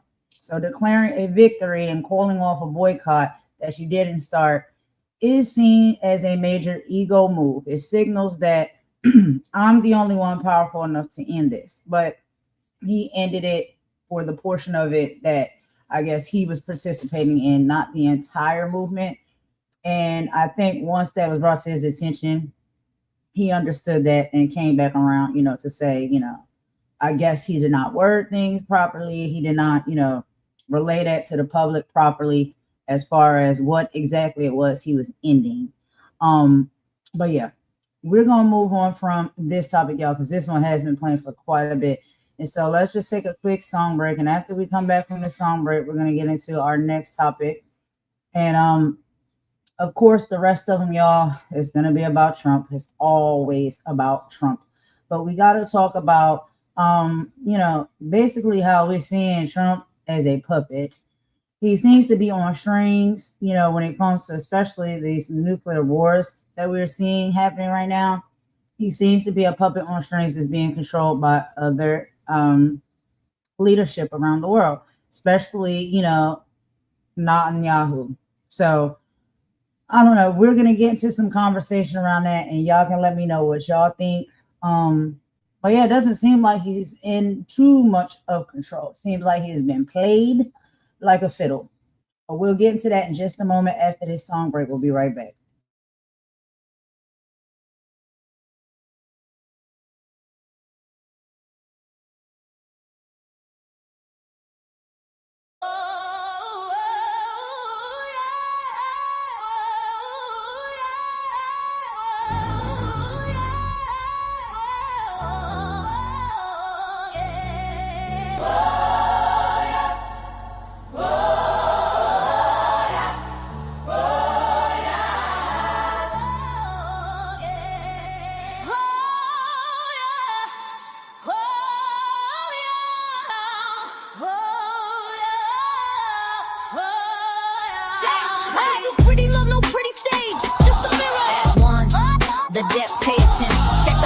They drag us from the coast, middle passage madness, where we lost the most.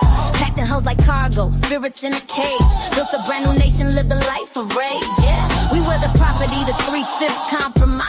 Picked the cotton, built the White House with our hands inside. And they watered all the poplar trees with our blood and cries. Yeah, you know what they were for beneath the southern skies. That strange fruit hanging message of their hate. A simple wrong look was enough to seal your fate. To my brown kin, they just stole it, called it manifest. Killed the Aztecs, stole the planes, put them to the west. The good old days, the signs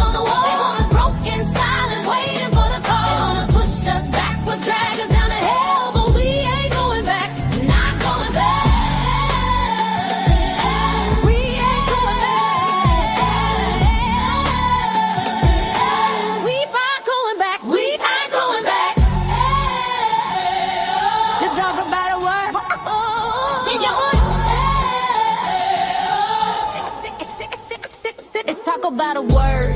See how it sticks. 6 letters, COLORED to politics. Not a person, just a label, just a shade on a chart. A legal way to tear a whole damn race apart. Colored water fountain, colored waiting room, colored entrance round the back, a social living tomb. Jim Crow was the law, man. Segregation was the tool. Taught a child to hate his own skin before he went to school. And it ain't just here, that's the global view. Apartheid, colonization, yeah, they did it there too. That word was a weapon, a boot on the neck to say you live, you die, you move at our check. They want the good old days, the signs on the wall. They want us broken, silent, waiting for the call. They want to push us backwards, drag us down to hell, but we ain't going back. We ain't going back. We ain't going back.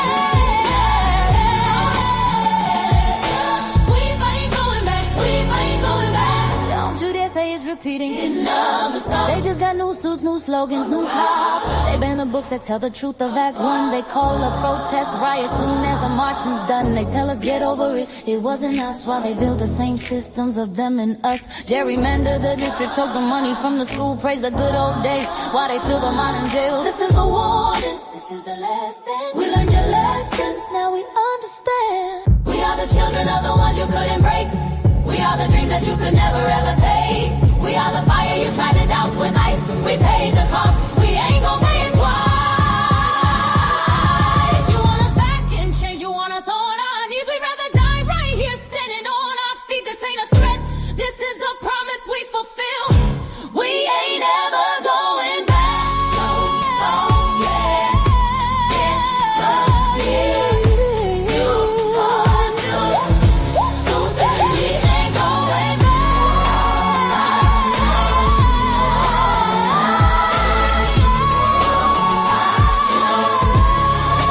We ain't going back. We'll fight you tooth and nail.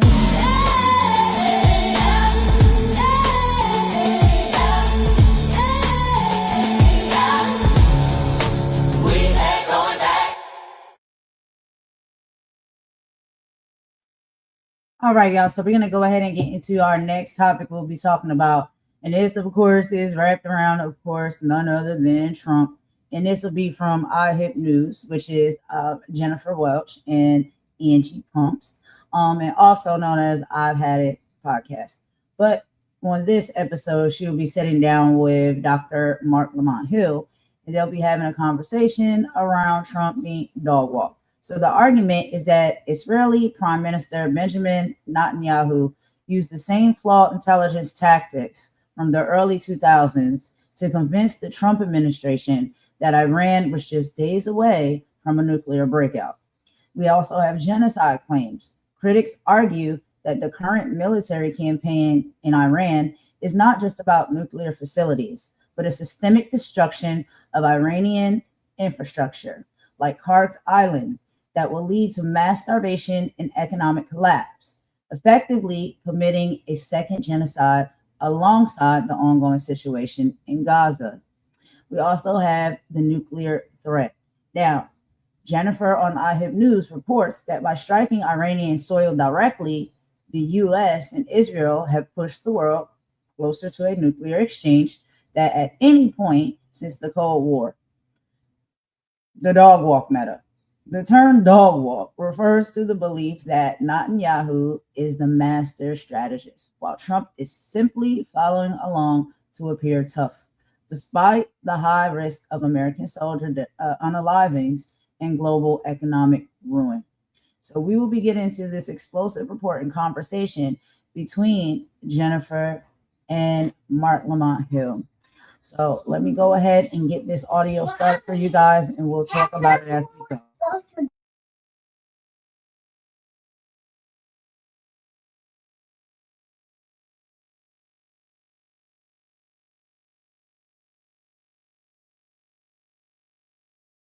Committing war crime after war crime after war crime. And the question is why? And so I have an expert on to educate all of us and give us Donald Trump and Benjamin Benjamin Netanyahu are committing war crime after war crime after war crime. And the question is why? And so I have an expert on to educate all of us and give us some insight. Let's welcome Dr. Mark Lamont Hill. He has a PhD from Penn, casual, and is an anthropologist and scholar of the Middle East and Palestine. He's also an expert on the political relationship between Israel and the United States. And according to his t-shirt today, he's also extra black. That's right. Every day. Welcome.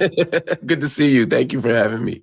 Good to see you too. So what I am seeing are war crimes. I am seeing schools bombed. I'm seeing people breathe in toxic rain. I'm seeing hospitals bombed. And this seems to be a feature, not a bug, of IDF military operations. Please enlighten me on what we're all seeing here. Well, first, I'm glad you pointed out the feature piece of it, because that's exactly what's happening. It's happening in Iran right now. It happened in Gaza. It happens in the West Bank, though in a slightly different way. But ultimately, there is a very particular approach that the Israeli army takes to military action, and it's one of overkill. You know, for years in Gaza, for example, what we saw was the IDF engaging in what they called, their words, not mine, mowing the lawn, which what referred to periodic military operations and military strikes that would deplete the population slightly, but also instill a certain kind of fear in the population about what resistance would look like. After October 7th of 2023, we saw something much bigger, something devastating. We saw an actual genocide, and we saw the destruction of hospitals, schools, cemeteries, anything that makes a society, any semblance of civil society destroyed. And the argument always is, look at them. They're so violent. They're so dangerous. They pose such a threat, a nonstop threat, that we have to be thorough in our destruction in order to save ourselves. It's like back in the day, although you're clearly too young to remember this, when Rodney King was getting beaten, and it's like 5 cops beating up Rodney King, and they're like, yeah, but I know it's 5-on-1, but if he had gotten up, you know, you don't know what he would have done to us, you know, because all the PCP and all the others and all the stereotypes they have about Black people. It's a very similar thing here. These crazy Palestinians, these crazy Arabs, if we were to not do this thoroughly, look what they would do to us. Now, when you transpose that over to what's happening in Iran right now, it's a very similar ongoing narrative. They pose an existential threat to us. They're always looking to destroy us. They're always enriching uranium. They're always trying to build a nuclear bomb to get rid of us. And look at what they've always done, this sort of fake appeal to history. And in doing so, they make us, meaning, and I say us right now, I mean the United States, they make us the good guys. They make Israel the good guys, and they make anybody over there, whether it's Syria, Iraq, Lebanon, Palestine, they make them the bad guy, but also justified. Okay, let's talk about the patronizing propaganda that is used by Benjamin Netanyahu. We've all seen this hyperclip for 40 years. They're going to have a nuke, debt to America, debt to Israel. They're going to have a nuke, they're going to have a nuke, they're going to have a nuke. And we see that, and then we see our president has a sane sentence, and he's like, oh, we demolished all of their potential nuke things. This is like a month ago or whatever. And then Bibi dog walks Trump into this thing, and then they're like, oh, they were gonna have a nuke. And it's just the stupidity in which they think the audience receives their information that is not only dangerous, but also insulting. And this propaganda that they use, and I have fallen prey to it, Dr. Hill. I have fallen prey to it before. But what I've really woken up to is that this whole notion that Israel's this great democracy, and the Palestinians, you know, they will throw gay people off a roof. And then I'm like, you're fucking killing gay Palestinians.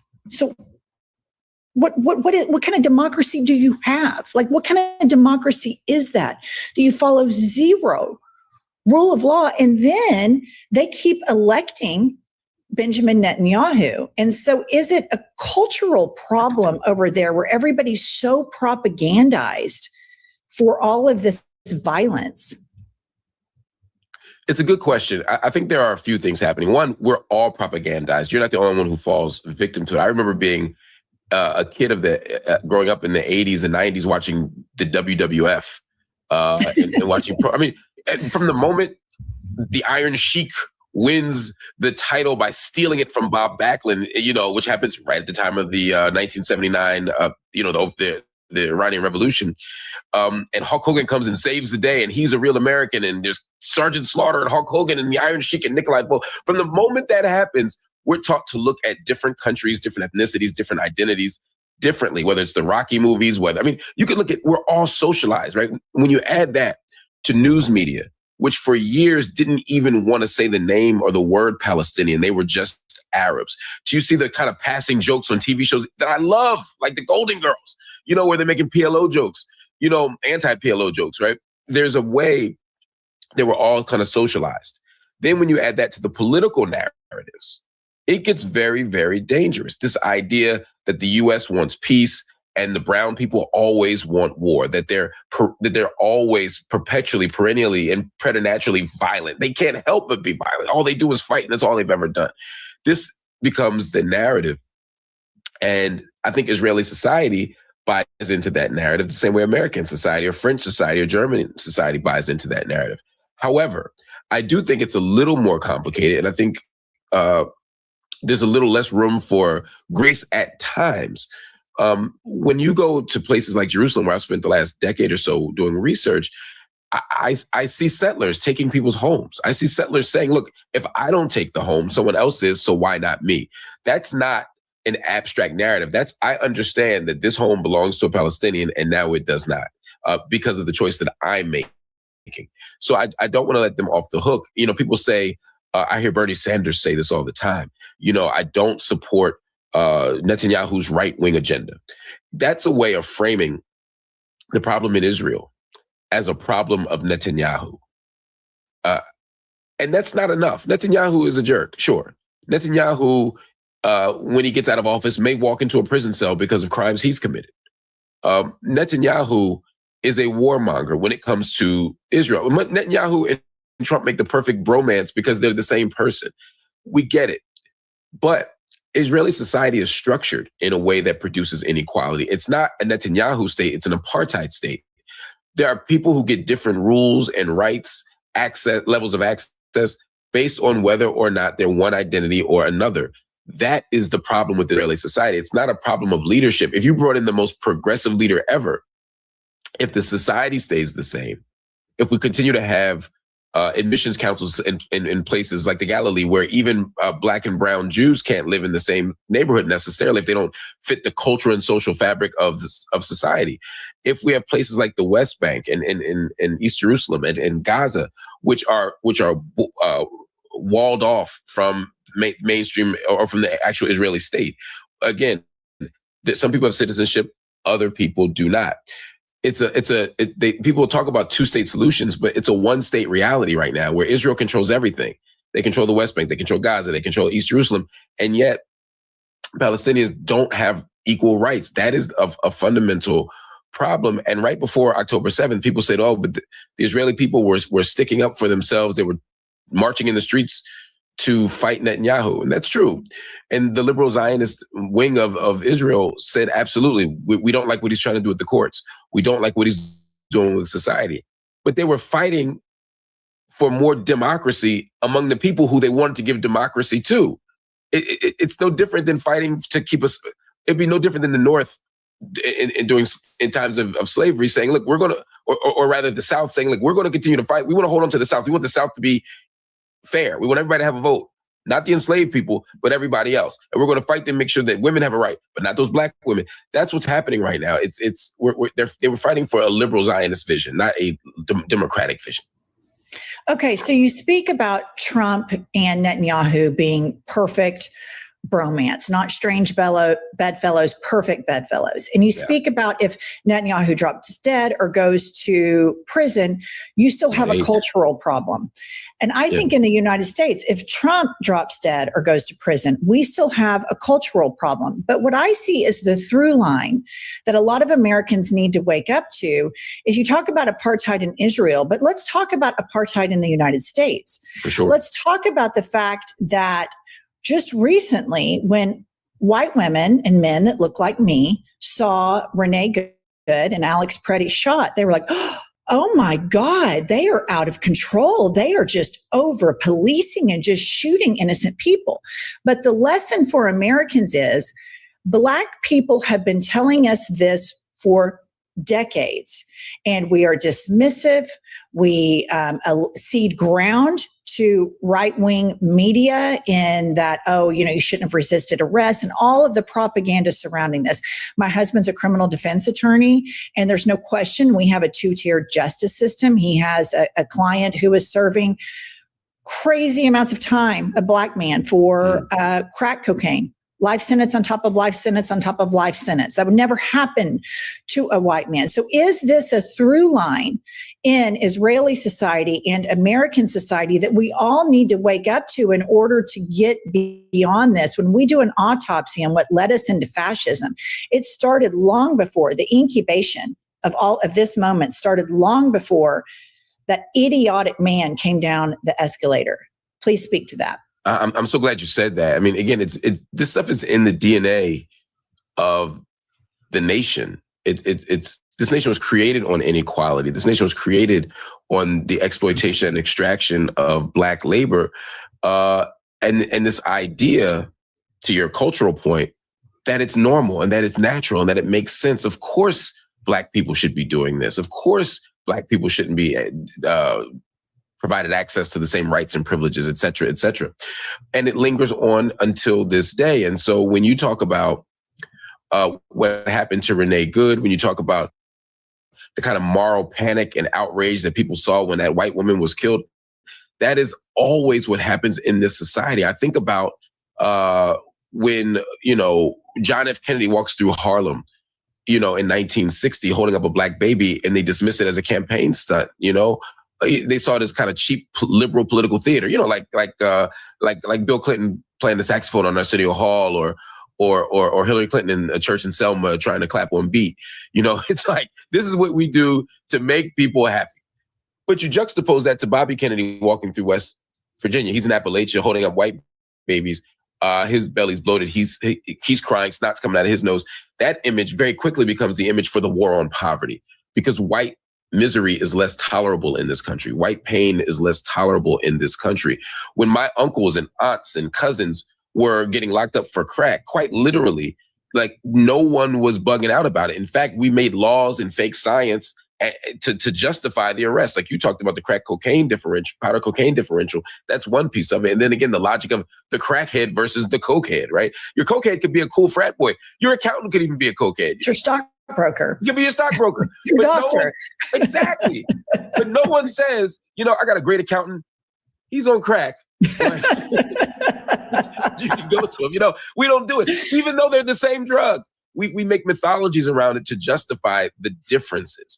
And so we're always trying to justify inequality through science, through media, through pop culture, through all these representations. And so when we see a white woman killed in the street, in the very same way that so many Black and brown people have been killed in the street, protesting in Ferguson, protesting in Minneapolis, protesting, in Sanford, Florida, we're just reenacting a very old American tradition. And that's the exact same thing, to your point, that's happening in Israel. It's the exact same thing. Yeah, I've been thinking a lot about this as I've kind of weaned off of a corporate news diet after the last election, and really trying to educate myself more and more and becoming I've always been an independent thinker. I was a progressive person in the Bible Belt, but I'm trying to become even more and more educated off of this corporate diet. And as you open up your eyes to the Israel influence in the United States government, it's a minefield at first. Because I started to tiptoe out into it, and then it's like, oh, she's an anti-Semite. And so this idea that they weaponize something that ultimately endangers Jewish people worldwide, using something so haphazardly, because in all actuality, war crimes and aggressions must be criticized. We must. as just people stand up regardless of who is getting killed. You know, I remember I come from, a line of progressives. I remember when George W. Bush attacked Iraq, my mother and I were on the phone, and I had little young boys at the time. My mom saying, Jennifer, she's from Texas. She go, darling, I just feel so bad for these Iraqis too. They didn't want any of this. And Bush is bombing the wrong damn country. And if this woman, now she lives in Oklahoma City, but if she could figure that out and she sees the humanity in other people and this quantifying of which lives matter and which lives don't is constantly a through line. But let's get back to the influence that Israel has over both parties. This was a real eye-opening thing for me. And when I realized that AIPAC gave Donald Trump just about as much money as Elon Musk did. But they also own Chuck Schumer and Hakeem Jeffries and Cory Booker. The betrayal that I feel about that. And then you realize, oh, that's why we don't have an opposition party. Because all right, y'all. So I just paused it right there because I think this is an excellent conversation. It is kind of long, and I have to, kind of speed through because I know we kind of go over a little bit in time here. So if y'all want to listen to it, the rest of it on your own, you can. It's over on the I've Had It podcast and IHIP News with Jennifer. And this is Mark Lamont Hill that she's speaking with. But I thought it was just an excellent conversation to hear, and how there's this, understanding that you really need to have when it comes to what these wars mean, but also when it comes and boils down to like the humanity of it all. And that's one of the things that's most important for me that I hope we can see through and pull from a lot of this is that there is an importance when it comes to humanity. That's what comes first before anything and everything else. Okay. It's not just about politics. It's about the soul of our foreign policies.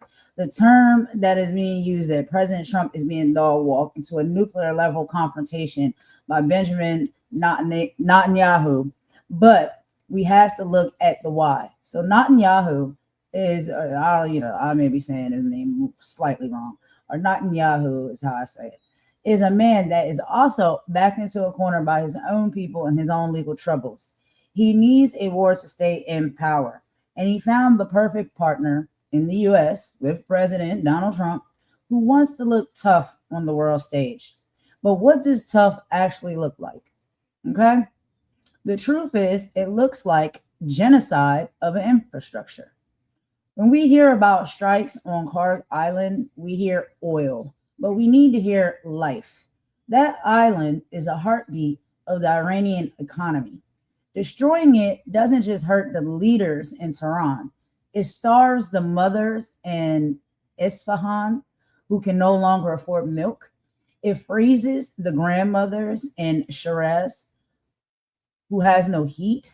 It's a strategy designed to cause an internal collapse by making life unlivable for almost 88 million human beings.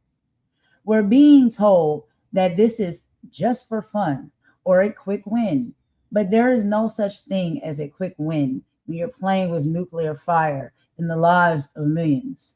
So we have to ask ourselves, is this the America first that we were promised? Or are we just funding another man's political survival with the blood and the bread of the innocent?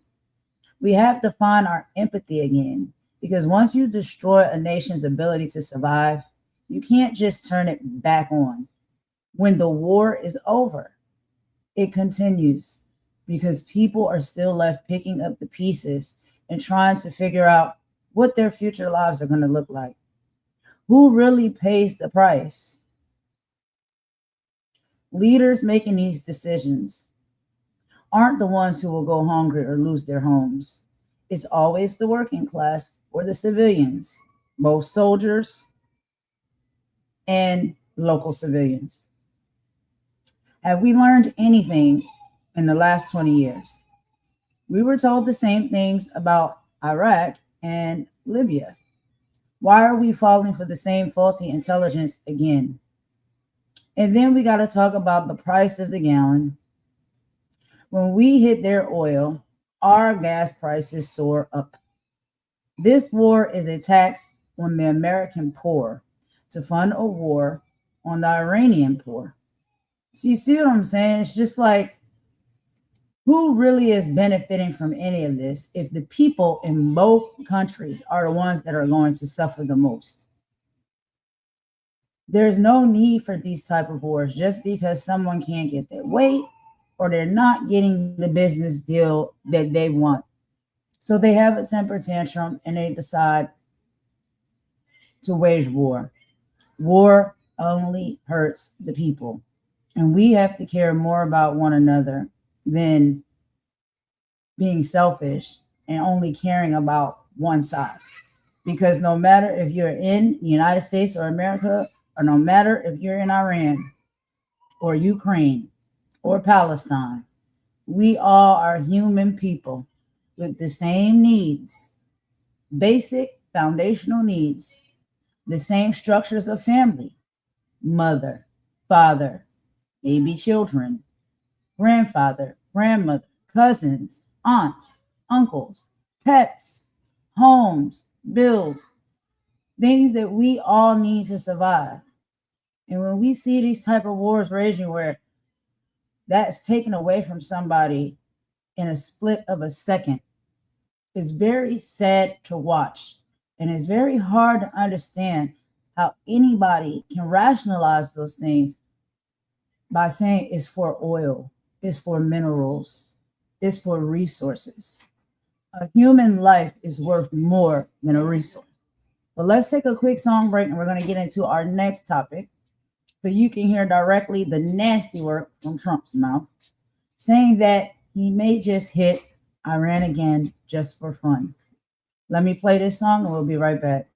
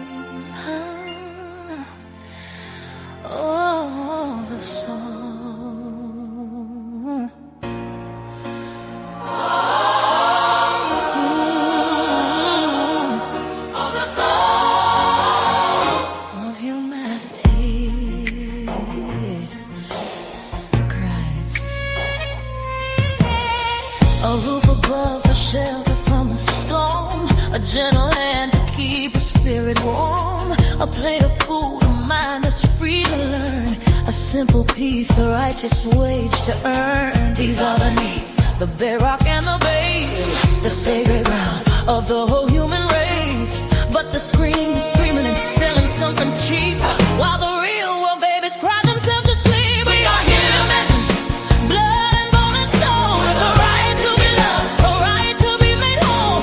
This is our story, this is our sacred song. In the eyes of the Creator is where we all belong. We are human, with more beyond the hate and the loaded dice. We're human, worth more than they can price. Beyond the hateful whispers and the loaded dice.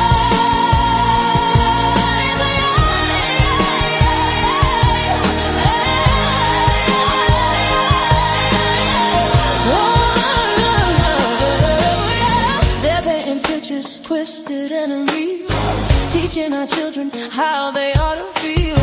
That values in the label on your shoes, or the filtered life you desperately choose. They magnify the hate, they celebrate the greed and plant a poison, a suffocating weed. We gotta reach our children, pull them from the glow, and show them a beauty that the media don't know. Yo, check the vision, the mission of the television, spitting division, a mental prison. Got the youth chasing likes, addicted to the feed, ignoring the hunger, the fundamental need. They building paper idols on a digital stage, putting our future daughters in a virtual cage. Nah, we gotta break the cycle, gotta cut the cord. The real word is powerful, mightier than the sword.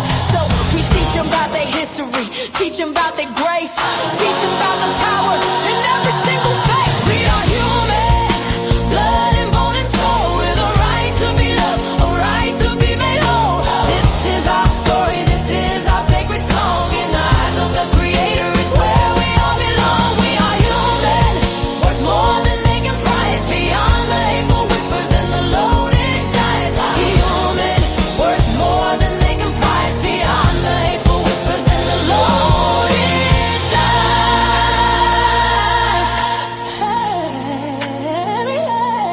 We will build a wall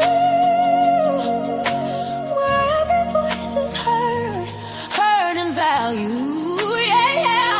And truth is not a whisper, but a mighty thundering word. A word of justice, a word of peace, a promise that the fight will never cease. This ain't just a track, this a call to action. For every mother, father, every single fraction of the community holding it down on the ground. Time to get loud, make a revolutionary sound. Look your child in the eye, tell them that they matter. Tell them their spirit's something that no lie can shatter. Tell them knowledge is the weapon, love is the shield, and the truth is the harvest we gonna grow in this field. Yeah! Yes, we are. Teach the children, near and far. Let them know their sacred work. Fight for every single soul on this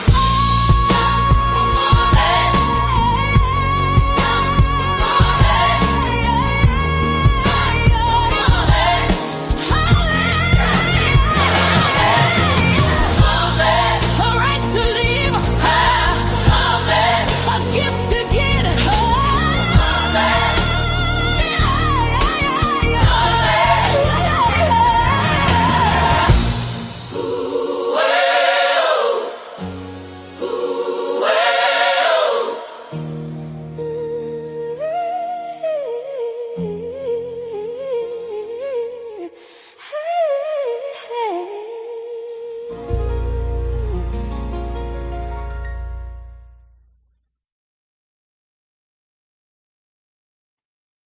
All right, y'all. So we're gonna go ahead and get into our next topic. So I don't know if y'all heard or seen it, but I did, and it really had my blood boiling along with everybody else's. But in an interview with NBC News, President Trump said that he might hit Iran's Karg Island, the country's main oil hub, a few more times just for fun.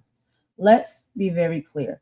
There is nothing fun about 2,000 people already unalived in the last 3 weeks due to these strikes. There is nothing fun about the fact that 180 children were reportedly unalived in an elementary school strike on day one of this conflict.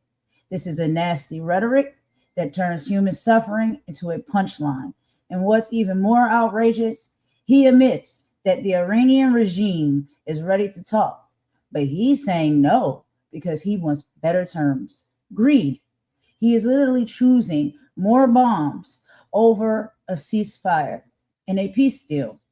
While we're out here struggling with the highest gas prices in 4 years and worrying if our kids are going to be drafted into a nuclear war, the man at the top is threatening it like a hobby. We have to demand more than fun from a commander-in-chief. We don't need to have fun with you. We need you to do your job and be a decent individual. We need a plan for peace, not a playground for destruction. So I want to ask you all, when did war ever become fun? Let's go ahead and get into this report here, y'all, so y'all can hear exactly what I'm talking about and the nasty work from this Sir Trump. I don't even want to call him president. I don't want to call him anything of any type of respect because I do not have a respect for anybody like that. Let's get into this video. I will meet y'all in the chat.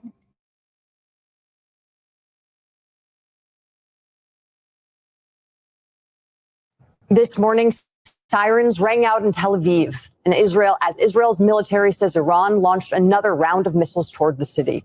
And the United Arab Emirates said it intercepted incoming missile and drone attacks from Iran this morning, according to an post on X by the Defense Ministry. Earlier attacks were also reported against Bahrain and Saudi Arabia after the U.S. intensified airstrikes on Karg Island, which serves as Iran's most important oil export terminal. U.S. Central Command says more than 90 Iranian military targets were hit while deliberately leaving the oil facilities intact. Trump indicated that there might be more strikes on Karg Island to come, saying he may hit it a few more times just for fun. Yes, that's a real quote. Iran has already launched reciprocal strikes in Dubai. Investors are warning that additional strikes could plunge global oil markets into further chaos as the island ships out roughly 90% of Iran's crude oil exports. Oil prices have already hit a 4-year high, more than $103 per barrel. That's an increase of over 40% since the start of the war. The Wall Street Journal reports that Trump himself was warned that Iran might try to blockade the Strait of Hormuz, but proceeded with the war anyways, assuming that Iranian leaders would capitulate before doing so. All of this comes after days of saying that the Strait of Hormuz was under control. The straits are in great shape. We've knocked out all of their boats. They have some missiles, but not very many. I think we're in very good shape. They are exercising sheer desperation in the Straits of Hormuz. Something we're dealing with. We have been dealing with it and don't need to worry about it. Don't need to worry about it. Joining us now is White House correspondent for Notice, Jasmine Wright, and senior economics reporter for Axios, Courtney Brown. Thank you both for joining us first thing on Sunday morning. We appreciate it. Courtney, I want to get to this talking point that Trump keeps saying to gloss over everything that we just read through, which is that some short-term pain is long-term gain. But according to all of the economists that I've been reading in the past few weeks, that's really not how this works. That short-term pain does not mean that there's just a temporary blip in some of these economic indicators that we're seeing already spike. Can you walk us through some of that and provide a fact check? Right. The world's energy supply is not like an on and off switch. Mm-hmm. You can't just turn it on when you're ready to, reduce tensions in the Middle East. There are bottlenecks that will linger on even if the conflict were to end tomorrow. And gasoline prices is what we talk about because it's the most salient price across the economy. But fertilizer, diesel, all the things that go into our food that, help comprise airfare prices. Like, we're talking about an economic-wide shock.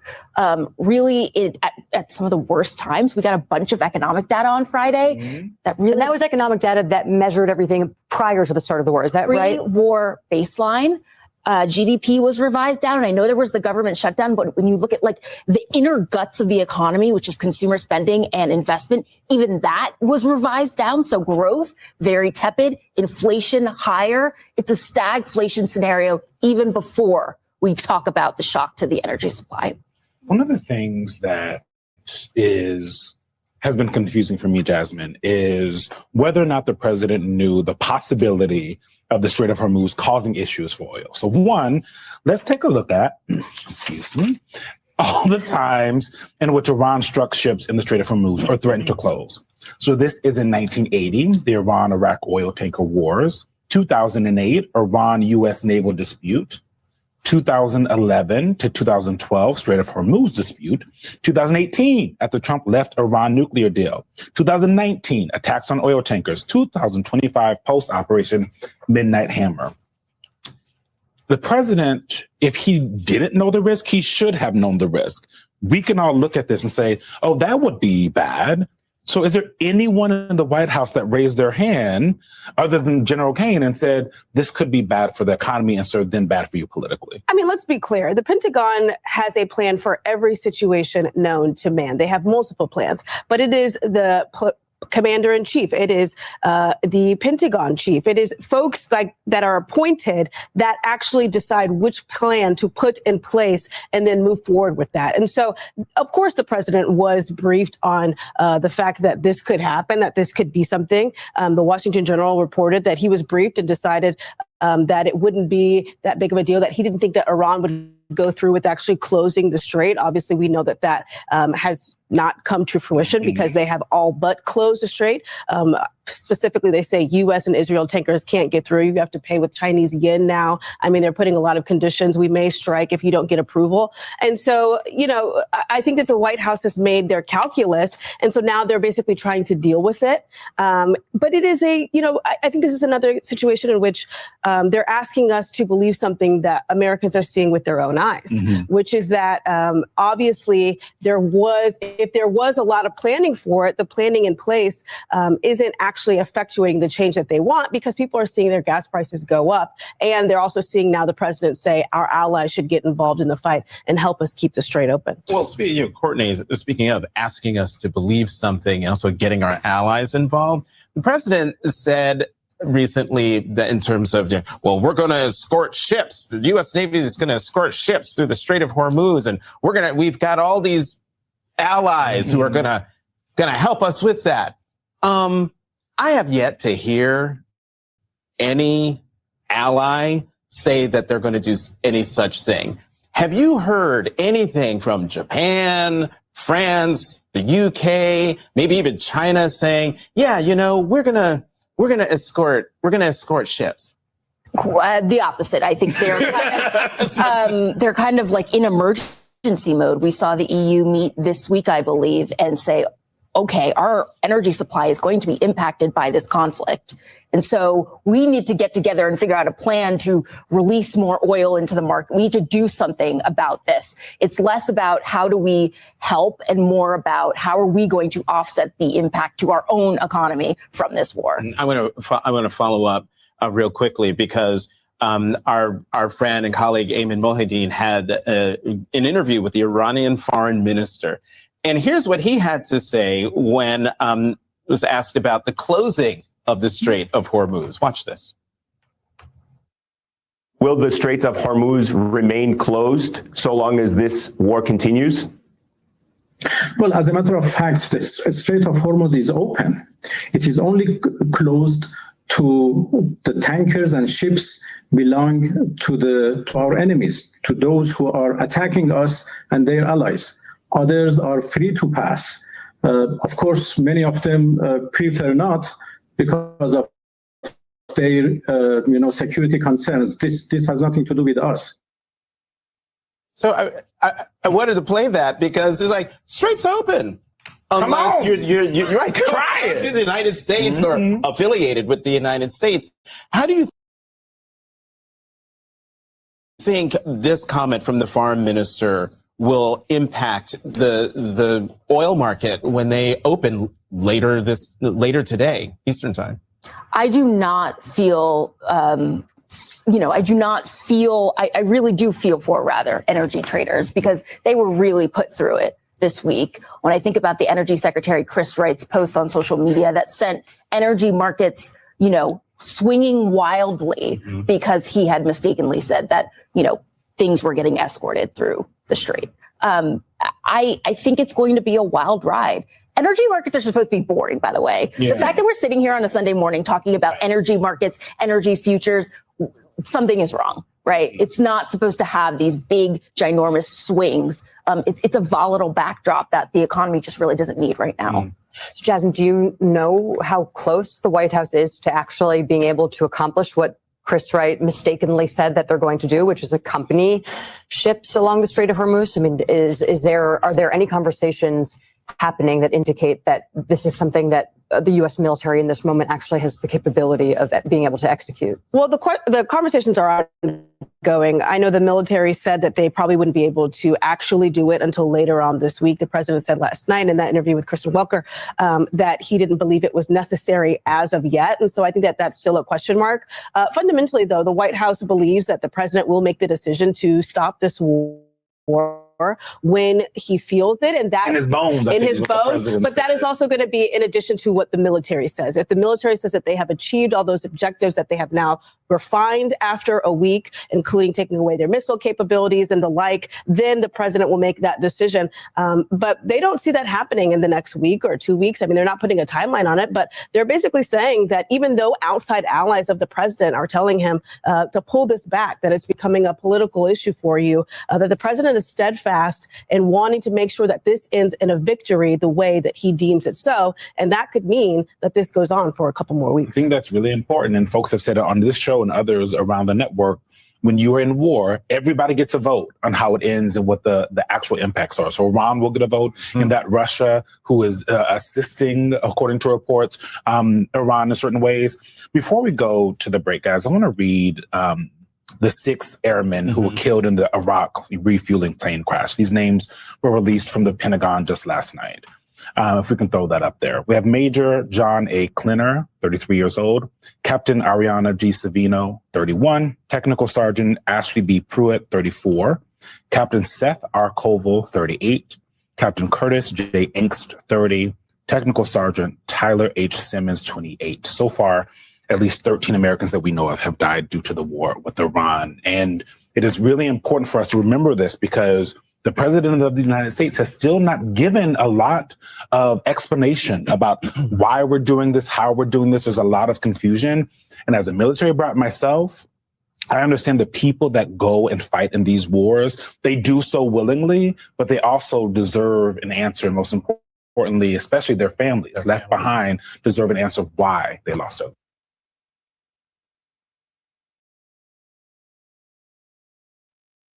All right, y'all. So that was the report exactly on what we were talking about when it comes to, Trump's nasty comments saying he might just strike people for fun, what the real outcome of this war is going to look like. Okay. So while the headlines is focusing on fun and destruction, one true strength is found in our ability to protect and provide for one another. We are witnessing a movement where the people are waking up, not just to the flaws of leadership, but to the power of the community. So we need to be kinder to one another. Isn't just a nice thought. It is now a survival strategy for us to be kinder to one another. When we share our resources, look out for our neighbors, children, and offer grace to those who are struggling, we are building a world that no bomb can touch. Whether it's supporting global relief for families in Iran or helping a neighbor pay their light bill in your local community. Every act of humanity is a strike against the chaos. We are the architects of peace, and together we are more powerful than the fear that they're trying to sell us. Now let's talk about the realities of what's happening. The economic reality is oil prices have surged to a 4-year high due to the conflict at Park Island. This is driving up the cost of groceries and transportation globally. There's a humanitarian need. The Iranian Red Crescent and the IFRC have launched an emergency appeal for $40 million to provide medicine, water, and shelter to millions of civilians caught in the crossfire. And the local impact, food prices in the U.S. have risen over 11% in some categories. Many families who were on the edge are now falling into poverty, making local food banks more critical than ever. Now, I do have a few tips here because, different things happen in life and you may learn how to stretch a buck. So let's talk about it. You can go through your bank statements today. Try and cancel any streaming services or apps that you haven't used in the last 30 days. Those small $10 charges add up to possibly a week of groceries. Shop your pantry. Before you go to the store, challenge yourself to make 3 meals out of what you already have. Use the dump and fill technique. Apps to find recipes based on random ingredients that you wouldn't even think you could put together to make a meal. When it comes to energy efficiency, the survival setting, lower the temperature in your house. Dropping your thermostat by just 2 degrees in the winter or raising it by 2 degrees in the summer can save you up to 10% on your utility bill. LED transition. Replace your most used bulbs with LEDs. They use 75% less energy and last years longer. That's my son. Community bartering. Trade skills, not cash. If you're good at doing hair, trade a styling session for someone to help you with maybe car maintenance or childcare. Keeping cash in your pocket is the goal. And here are some ways that we can help each other, not just local, but worldwide. Support neutral aid. Donate to organizations if you're able to, like the Internal Federation of Red Cross, which is the IFRC, or the World Food Program. They provide food and medical care directly to civilians in Iran and the Middle East without taking political sides. Be a digital advocate. Use your platform to share the human stories of the conflict. Remind people that behind the targets, these are families just like yours. You can help locally. Do the neighborhood check. Once a week, check on the elderly people on your block or in your neighborhood. Sometimes just bringing in their trash cans or checking to see if they have enough milk can be a lifesaver for them. Donate to the Our Neighbor Fund. Look for local United Way or Feeding America chapters. Even $5 provides roughly 10 meals for a neighborhood in need. Practice patience in public. Everyone is stressed right now. Being the person who smiles at the cashier or lets someone merge in traffic can lower the collective blood pressure of the entire community. We can band together as humans and as people to make things a tad bit easier in these times of chaos.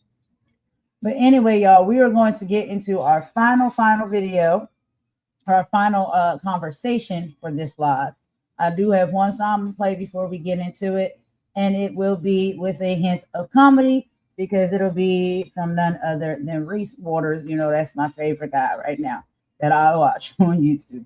And so we'll be getting into our final topic, which is, MAGA Latinos are now coming clean about their love for Trump.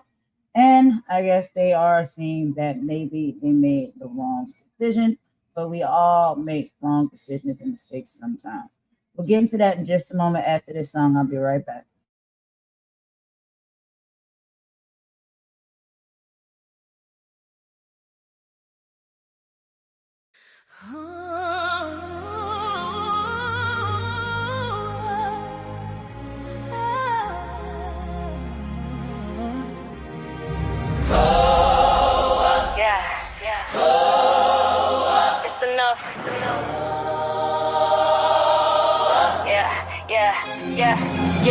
Check the pulse of the nation, feel a tremor in the ground. Another hollow promise, another hateful sound. The burner phones are buzzing, the leaked DMs exposed. The country club whispers about the people in their robes. They smiling for the cameras, preaching unity and grace. We're drafting legislation to keep you in your place. The dog whistles, the sirens, now the hoods are in the open. Igniting tiki torch shadows, leaving spirits broken. They want to turn the clock back to a time of guilt and pain, where progress is a dirty word and fear is how they reign. But every soul they try to crush, just learn to stand up straighter. This ain't a game of politics, this is gladiator. Enough is enough. The whispers turn into the heat. I feel so shut up. Enough is enough. Where the people at the table filling up our cup. This ain't about a party. The lines are clearly drawn. It's the light against the darkness that's coming for the dawn. Holy versus evil is the truth against the lie. We ain't backing down. With a fire in the sky. They coming for the libraries, wanna burn away the facts. Erase the bloody chapters so you can't see the tracks. They gerrymandering the district, drawing every map. Your vote is just an echo caught inside the power trap. They purging names from voter rolls and calling it secure, while scream about election fraud to keep their motives pure. They wanna legislate the scars upon a woman's soul, and own the very choices that were never theirs. Control from the classroom to the courthouse, a calculated scheme to suffocate the promise of the American dream. But they forgot the dream was dreamed by rebels and by slaves, and their spirit is the very ground that trembles in their graves. Enough is enough. Enough is enough.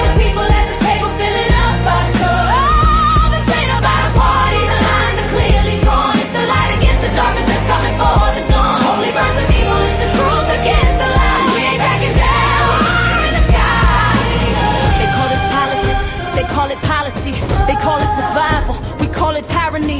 They stand on podiums with a Bible in their hand, but don't know the first thing about the soul of this land. This is for the teacher hiding books up on the shelf, for the doctor taking notes to more than just himself. This is for the dreamer facing down an ice patrol, for every ancestor's prayer that paid a spirit's toll. Their power is an illusion, a fortress made of glass. Our strength is in the future. They are terrified to let pass this hurricane of justice, an earthquake of the soul. It's a holy fire raging, and it's out of their control. Enough is enough. No more. Standing to the ground that you can't stand. Enough is enough. We the people at the table filling up our court. Enough is enough.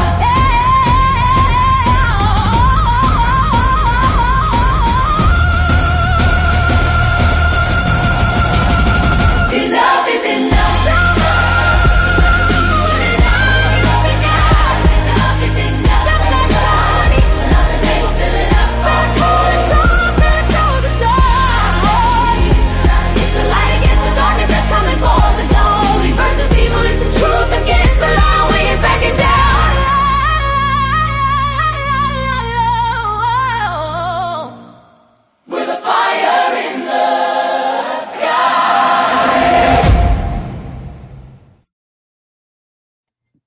All right, y'all. So let's go ahead and speed it right along. We're going to get into this. The last video, like I said, is from Reese Waters, and he's going to be covering this topic in typical Reese Waters fashion with a dose of truth, but also a dose of comedy, y'all.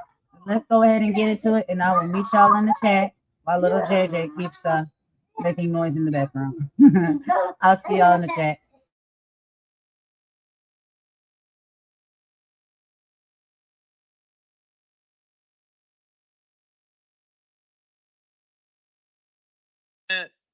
The Latino MAGA meme was hilarious, and really that's just historical information to them. Like that's just, they can put that in a book. They can put that in one of the history books. Wow.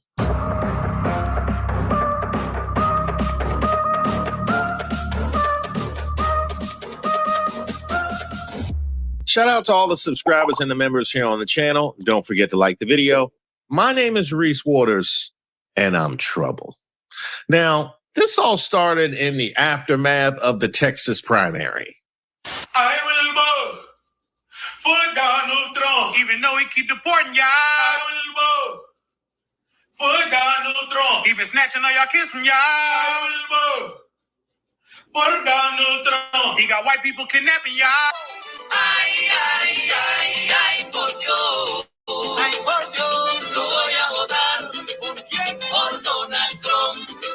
Okay, it started way before that. Yeah, it started way before the Texas primary, but it accelerated coming out of the Texas primary. And I said on that very night, I would wait to reserve judgment based on how people vote. I wanted to get the evidence before I got all gassed up and gave a response about this conversation between the state of the Black and Brown coalition.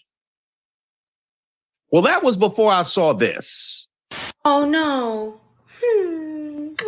What do you mean? Jasmine not going to Congress for Texas?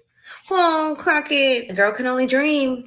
Listen, Jasmine, what was that one quote that you said? Let me think. Oh, yeah. We done picking cotton. You can't pay us enough to go find a plantation. Yeah, you remember that. I remember that. How could I forget? See, 6.5 million Hispanic voters in Texas, which is like the majority of the electoral vote here in the state. And you mean to tell me that you think that we're still picking cotton? Hell no, girl. Hell, and that's why you lost. You're fucking racist. I'm gonna tell you something real quick. If you would have pitched that in 2002, 2001, you probably could have gotten like a good drift. However, that was people in the past. Those kids that I grew up with that were chasing a field every summer, every spring with their parents, moving school to school because they had to go pick fruit with their parents, are now grown up. And guess what? Do you think that they're gonna go back to picking fields when they have a citizenship? No.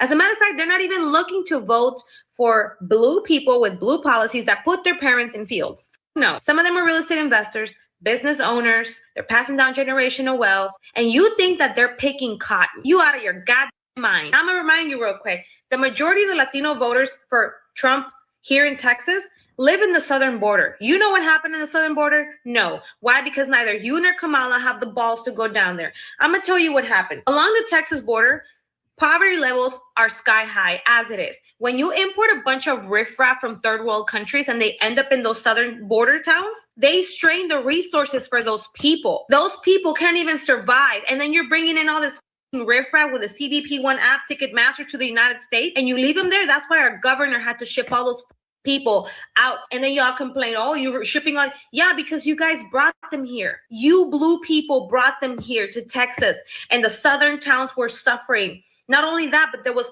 violence across the border in Tamaulipas, in Reynosa, all those cartels fighting to bring all those people over here. Why? Because they were profiting billions of dollars. And your ass still thinks that we're picking cotton? Take that. No Congress for Jasmine. As a matter of fact, why don't you go run for Missouri? What did you do in Missouri that they don't want you to run for them? Oh, I know. Exactly. Because people in Missouri see right through your bullshit, and so do we in Texas. Keeping Texas red. The idea of her not going to Congress when she is a whole congresswoman. This doesn't make a lick of sense. Number two, I don't know if she was aware of how a primary works, but she didn't lose to Republicans. I don't know if she's aware of how a primary works, but that's a little bit weird. That's real weird energy. That's real weird energy for a whole primary. And you 1,000% outed yourself by virtue of mentioning Kamala Harris, because I clocked the fact that you mentioned Kamala Harris. I'm like, why would you be mentioning Kamala Harris if you have a specific issue with Jasmine Crockett, unless this is just a whole anti-Black catch-all? But you did mention keeping Texas red. So you are coming from a place as a Republican, a Latino for MAGA, who clearly has not seen enough yet, and characterize her own people coming in as riffraff. So I would have to ask about the level of discernment that this administration has had when it comes to riffraff and people just going about their regular business who get swept up. And we've seen what happens when they feel like they don't want to admit wrong or defeat, as it feels to this administration, when you have a U.S. citizen, a non-criminal, somebody who's here legally, as we've seen time after time after time after time. But of course, since it hasn't happened to you yet, you feel perfectly comfortable sitting in front of a camera and railing against those that have been sitting in Congress. Because I remember you did your little pretend cry thing about her not being in Congress, which apparently you don't pay attention to politics at all. The woman who sat in Congress and advocated for better treatment for your people. See, I haven't made this specific point yet, but I would like to do it now. On an interpersonal level, if you have somebody in your friend group, at your job, in your church, whatever the case may be, that will openly sell everybody else out for their own gain and benefit, you would have a problem with it. Not only that, we characterize the kinds of people who do that as the worst among us on an interpersonal level. He's right, Right? On an interpersonal level. Like if you had a group of four guys or a group of four women, and you found out that there was a guy or a girl that was in that group that was just telling everything that was being said in the group chat, whenever y'all met after work for happy hour, she was telling it all to your significant others so that she could slide, or so he could slide on the low. and get it in, right? The kind of person that would do something like that, right? The kind of person who will go to, let's say, like a union meeting or just like a happy hour and then tell the bosses everything so they can get a couple extra dollars on their check. Like, we characterize the kind of people who do things like that as literally the worst among us. However, that's when it happens on an interpersonal level. When you extrapolate it out beyond an interpersonal level and it happens on a national level, when we're talking about whole groups of people, magically, it's not as bad. It's okay. We live in a world where when you move that way with respect to literally millions of people, it's accepted. We'll give you a whole platform.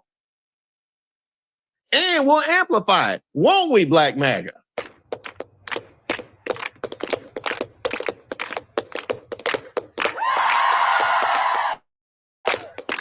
Oh, we most certainly will. We most certainly will. So you came and sat in front of your camera to rail against the woman who sat up in Congress and advocated for your people who you characterize as riffraff. Now, here's the other thing, because it seemingly really triggered her about the statement that Jasmine Crockett made about cotton, right? The statement that she made about picking cotton really triggered her. Now, I've used that statement previously. I believe I knew what she was talking about, but that didn't have anything to do with her. So I'm like, it can't be the statement that I'm thinking of, because that didn't have nothing to do with you at all. Like, that can't be. She must have said something else about cotton.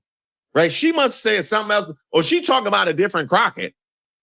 So I had to go around the country and educate people about what immigrants do for this country, or the fact that we are a country of immigrants. Right, right. The fact is, ain't none of y'all trying to go and farm right now. Her initial foray, right? The setup to this comment is, I have to go out and educate people what immigrants do for this country. That was the setup to anti-Latino Jasmine Crockett's comment about cotton. And even though I know there are so many among us who would not characterize themselves as immigrants, or who they think the general public wouldn't regard as immigrants, you have to ask yourself, what does mainstream MAGA think?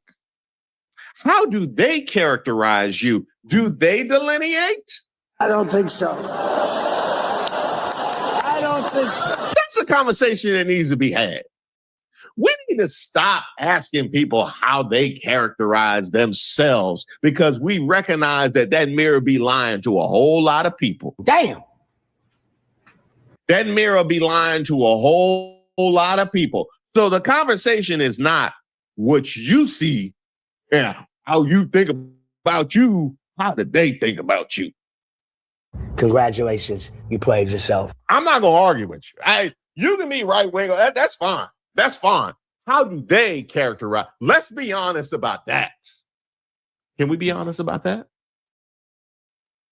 Can we be honest about that? Because if we can be honest about that, then we can do some stuff. We could do some stuff. We can be honest about that.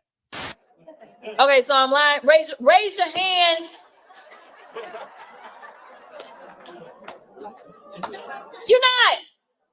You're not. We done picking cotton. We are. You can't pay us enough to find a plantation. I know that's right. That was weird. I missed. That's interesting. That's interesting. So she had a whole quote about Black people in their time in this country, and the Latino woman made it about her.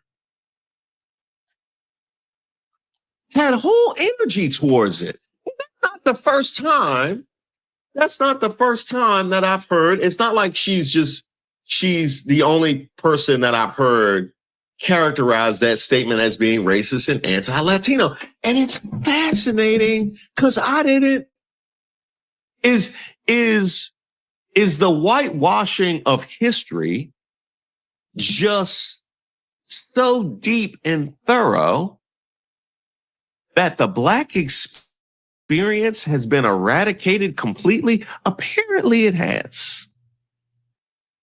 Apparently it has. Of course, not when it comes to the negative stereotypes, not when it comes to the worst of American history that we can pull and thrust towards Black people. That survived. No, you know I ain't lying.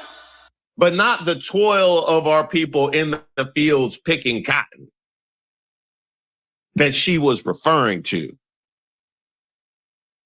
That you get to grasp up and make about you. I can't imagine what that's like dealing with somebody who makes everything about themselves. That's wild. That's wild. I'm surprised she even had time to make a video because she just walking the streets thinking everybody's talking about her. That's got to be a crazy experience. That's got to be a crazy experience. Just everybody everywhere talking about you at all times. Wow. I wonder, do they have a name for that level of delusion yet? Stop it. Get some help. And you know what? There was actually more where that came from. Where they really messed up at is they went at Jamel Hill. Ask Megyn Kelly how that goes. Ask Megyn Kelly ain't been the same since. I noticed she putting on a whole new coat. Apparently, I pissed off some Latinos and Hispanics because I said too many of them value proximity to whiteness over solidarity with people, Black folks, in which they share similar experiences. I'm going to put my life together to make a formal response video to this, but I am so tired of this. I'm so god tired of this, that identity politics is only casted to minorities. White people can go around this country and vote for whoever that they want, and nobody attacks them for being white and voting Democrat or being white and voting Republican. No one tells them, hey, if you don't vote Republican, you ain't white. Minorities are the only people who get cast with identity politics when it comes to voting? Huh? Excuse me? Excuse me? Heritage America much? Heritage America much? Did you see how they were pressing Vivek Ramaswamy at Turning Point USA for not being a Christian? Wonder what that's about. Yeah. Wonder what that's about. All the sand demons that be in Cash Patel's mentions, and those come from the right. Excuse me? Let me ask you, what percentage of open white supremacists and hate groups did Trump pull? What was the vote breakdown? How did that break down with the supremacist groups? What was the split?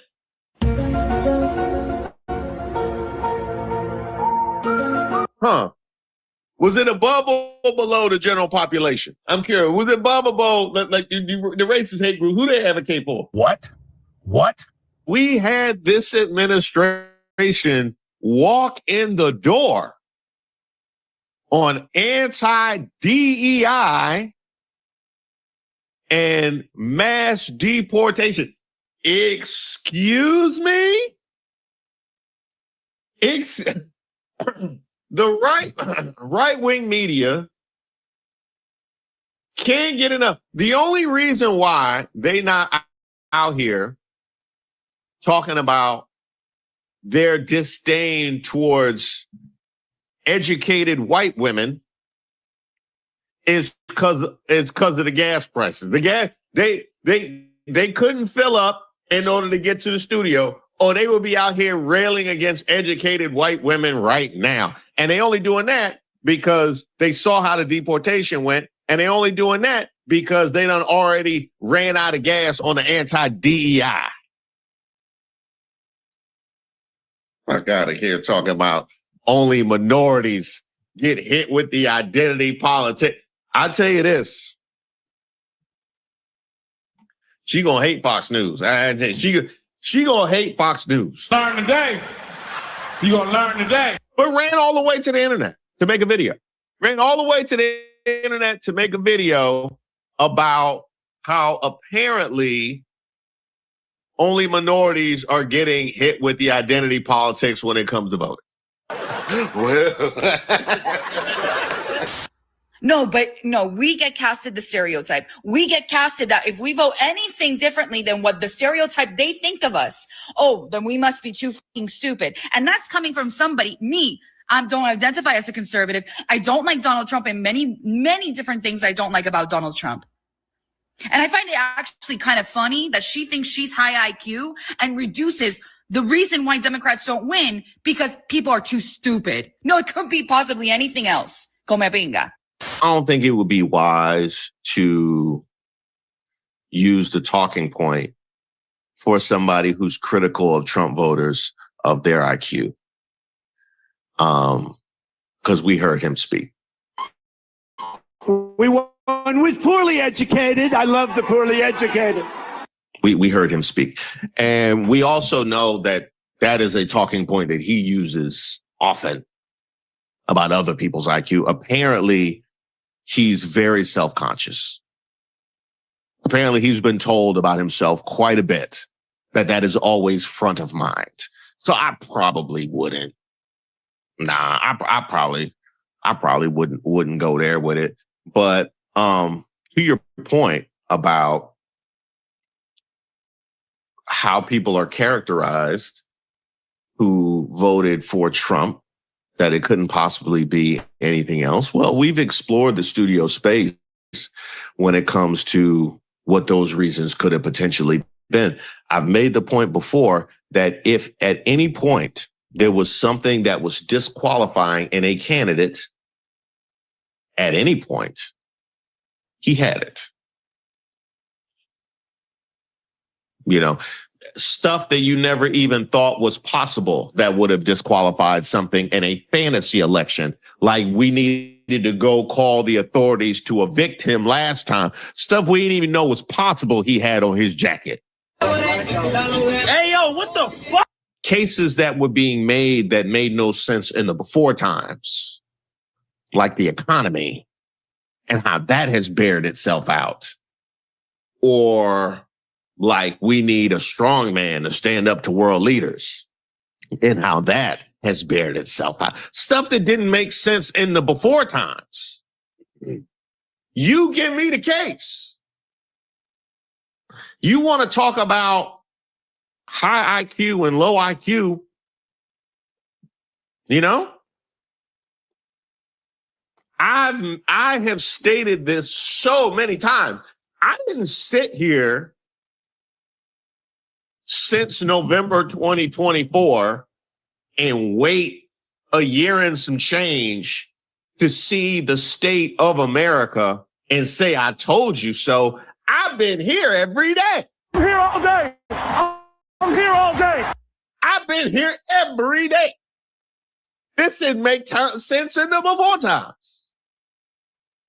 But you want to talk about high and low IQ?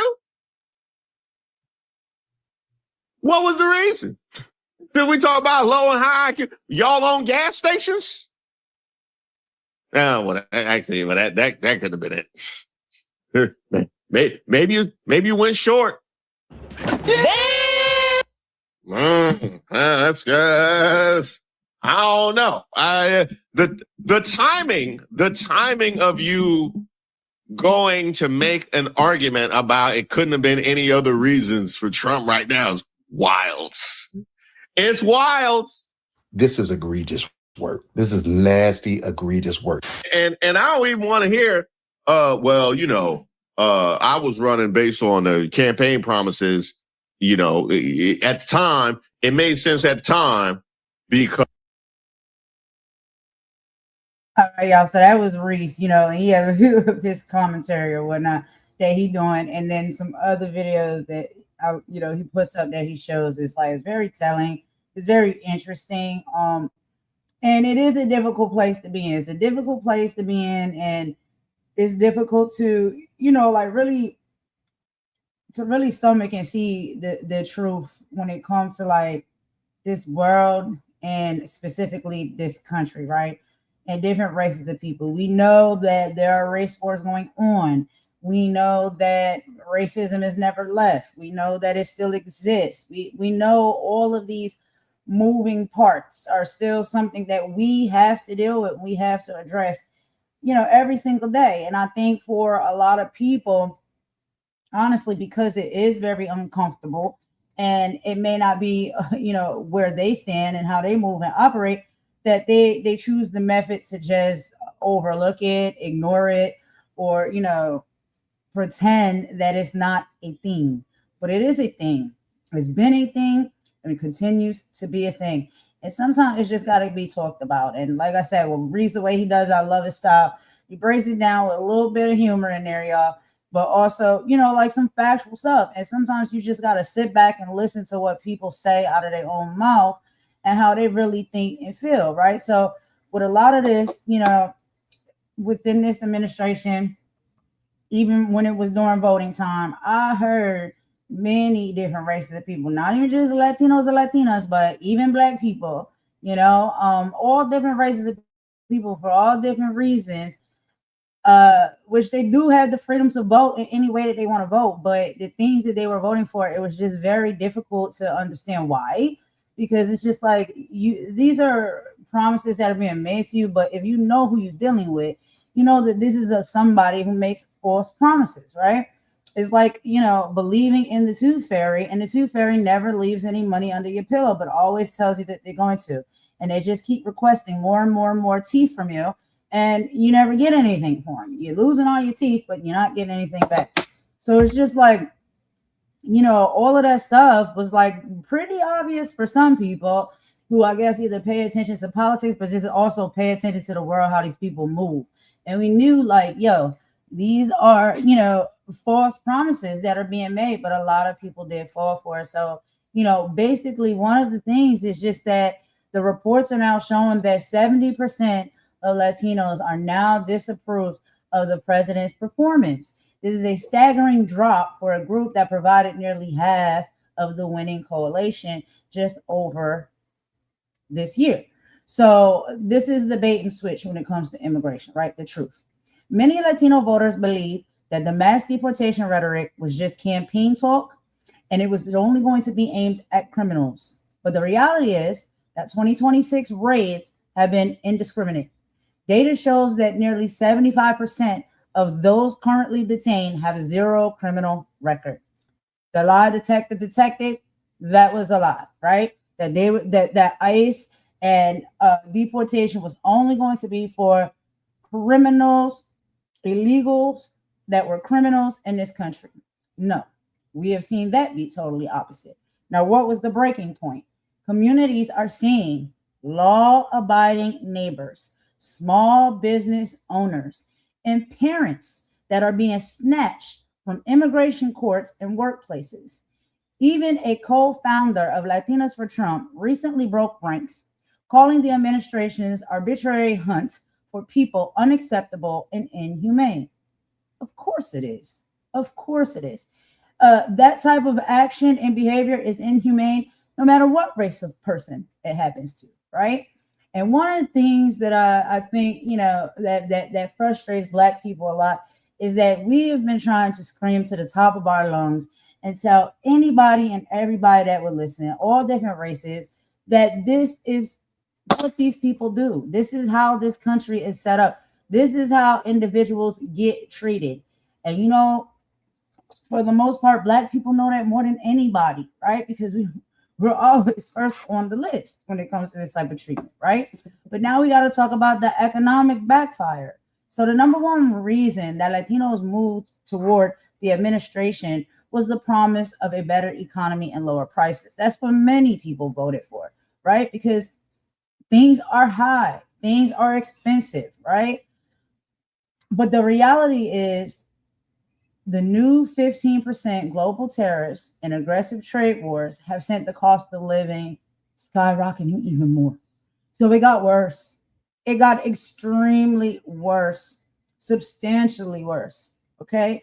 So here's some numbers. Over 50% of Latino voters say that they feel worse off economically than they did a year ago. Of course they would.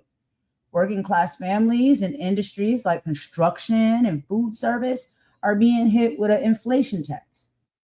That averages an extra $1,500 per year in basic costs. Everybody's feeling it. Everybody's feeling it. And so the next thing is the not one of us realization. So for many, the truth is becoming clear.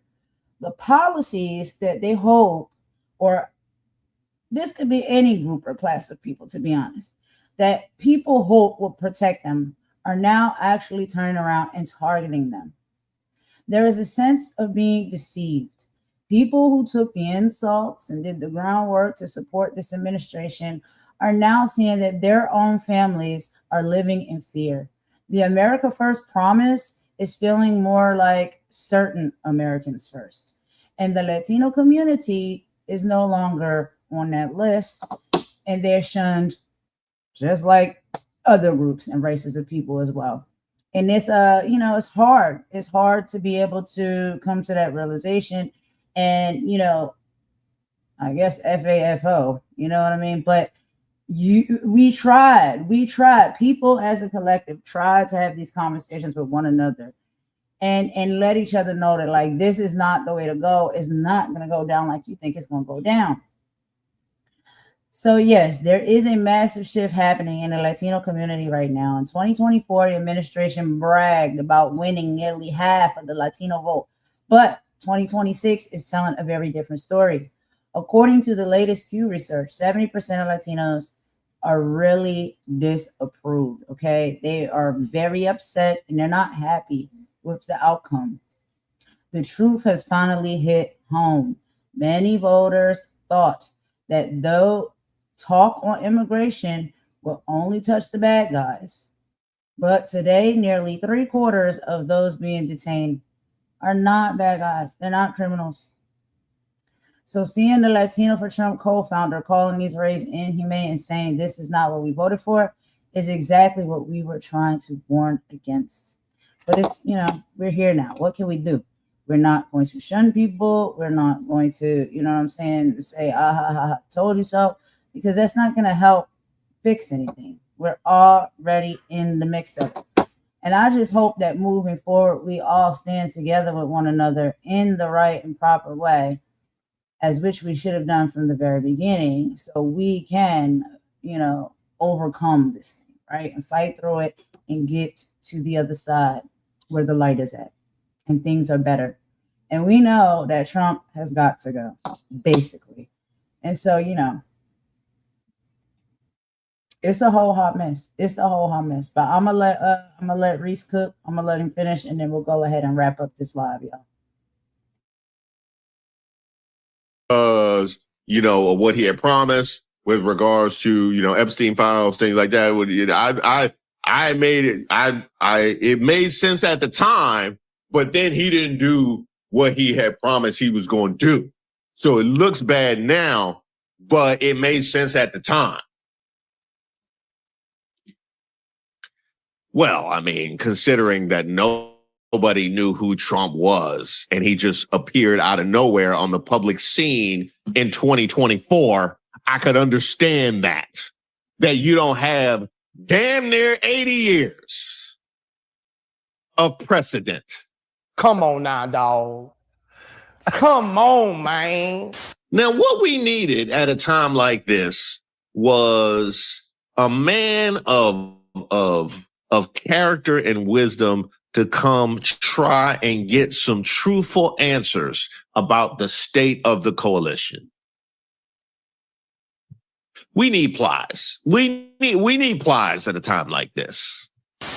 Hey, just real quick. But this to my Latino brothers and sisters that follow me on here. I'm trying to get y'all to educate me on something. I'm being dead ass serious. I ain't even being funny. I'm trying to see kind of what y'all feel. I'm trying to let y'all educate me on it, because I don't want to be viewing y'all the wrong way. So I'm trying to figure out, do y'all feel like y'all align more with black folk, or do y'all feel like y'all align more with Caucasian? Like,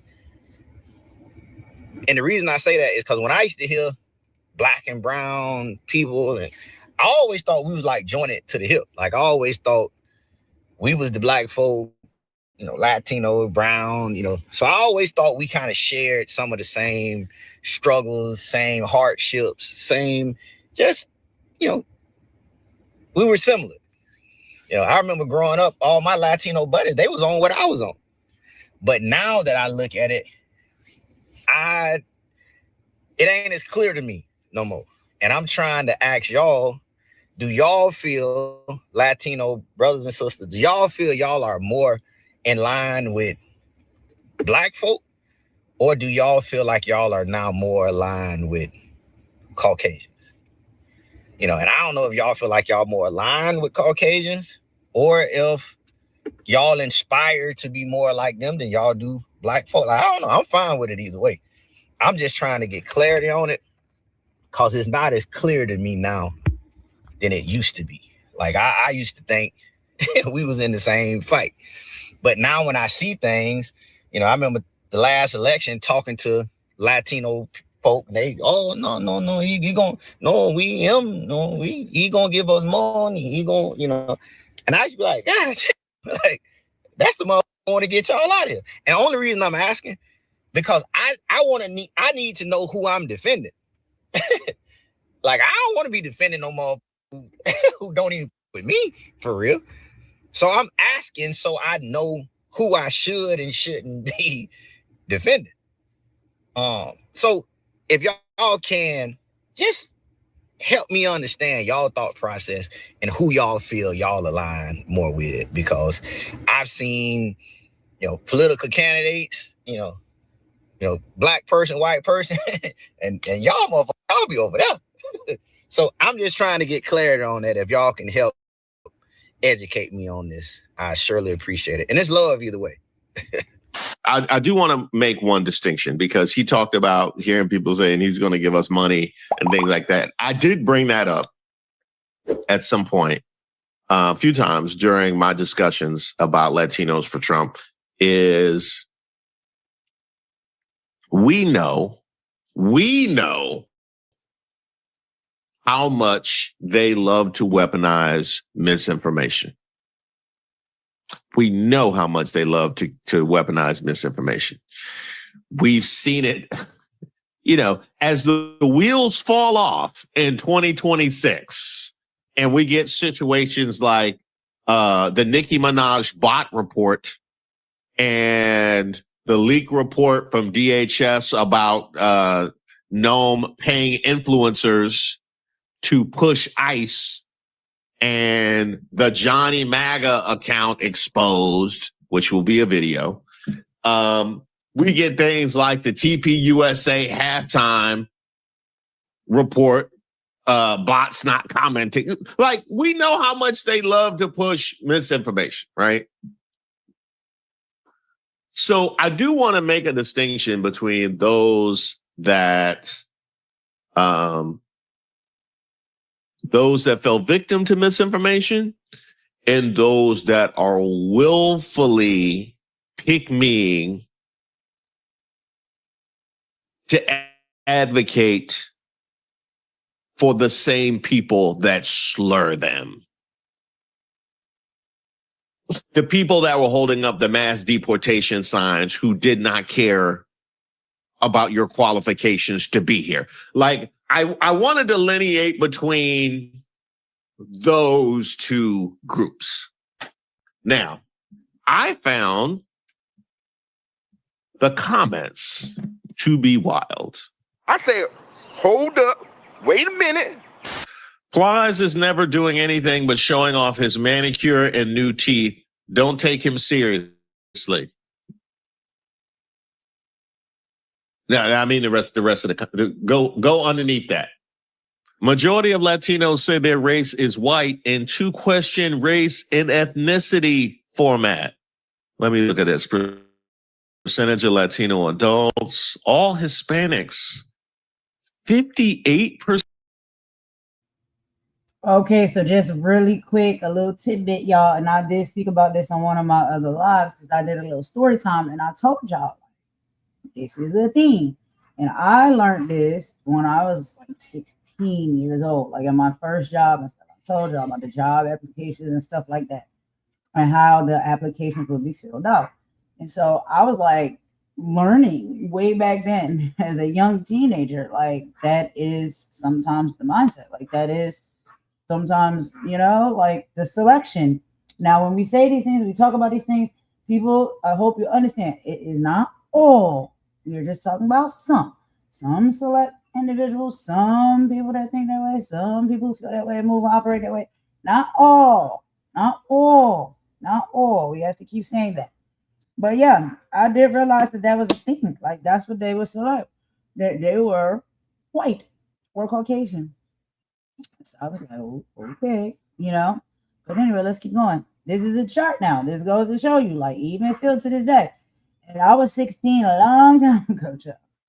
It is 2026. I am 34. It was a long time ago. And this is still the mindset and the selections, when it comes to these things. So let's keep going.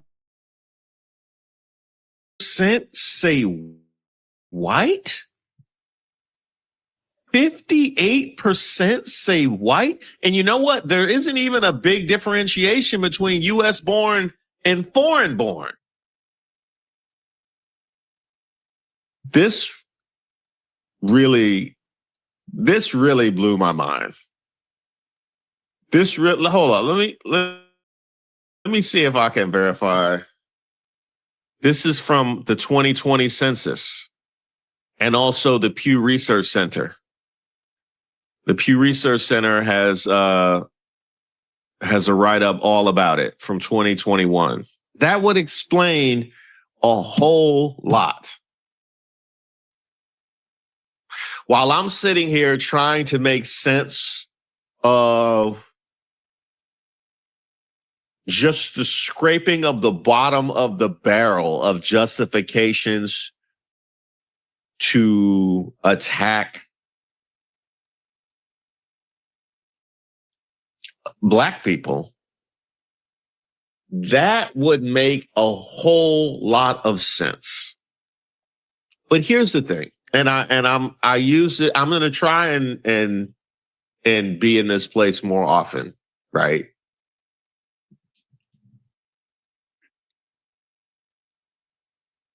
That's only relevant if it jibes with public sentiment.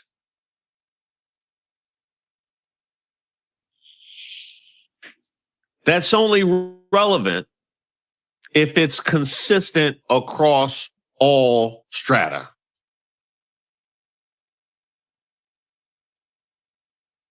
I mean, if I identify as a peanut, but nobody else does, what's the relevance of that?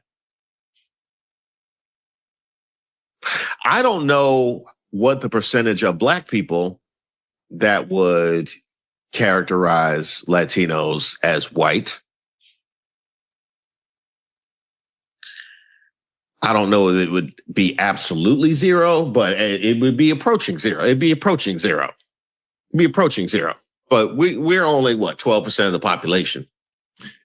You ask them.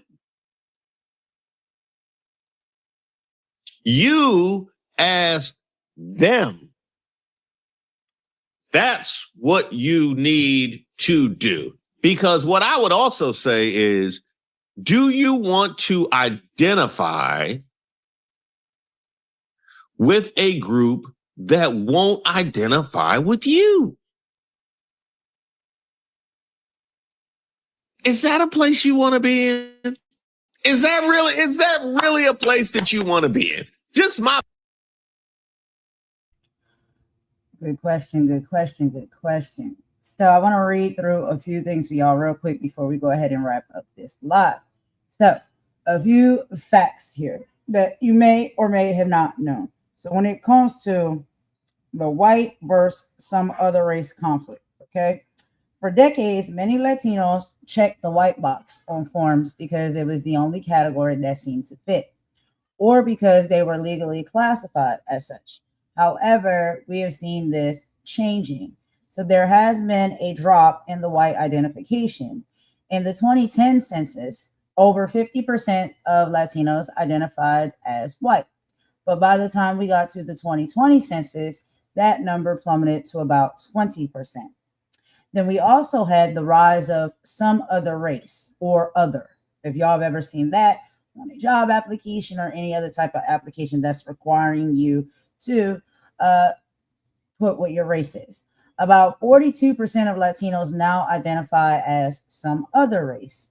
This is often because they don't see themselves as racially white, but rather as mestizo, mixed, indigenous, and European, or simply Latino as a race itself if it is available and listed on said applications or as a choice. Now we have the white versus the Caucasian.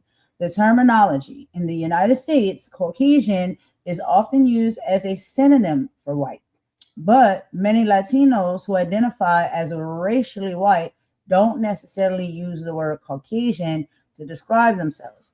They are more likely to say that they are white, Hispanic, or Blanco. We also have to talk about phenotypes and how that matters. So self-identification is heavily tied to skin color. Those with lighter skin are significantly more likely to identify as white, while those with darker skin or more visible indigenous or African features often identify as multiracial, Black, or indigenous. National origins over race. Most Latinos don't lead with racial categories at all. When asked, who are you? 52% identify primarily by their family's country of origin, aka Mexican, Puerto Rican, Colombian, Dominican, so on and so forth. 39% use pan-ethnic terms like Latino or Hispanic. Only a small percentage lead with racial identity like white or Black. So this is pretty interesting. The government is actually combining the race and ethnicity question for the 2030 census because so many Latinos were confused by being told Hispanic is not a race. People are tired of being told they have to be white or Black when they feel like they're something uniquely different. And then we have to talk about the social whitening myth. Some people believe that as Latinos stay in the US longer or start to make more money, that they start to become whitewashed or white. But the data shows the opposite. The younger generations are actually more likely to identify as multiracial or brown than their parents were. We have an issue with internalized colorism. It's a very deep topic. It can be a topic for another lot.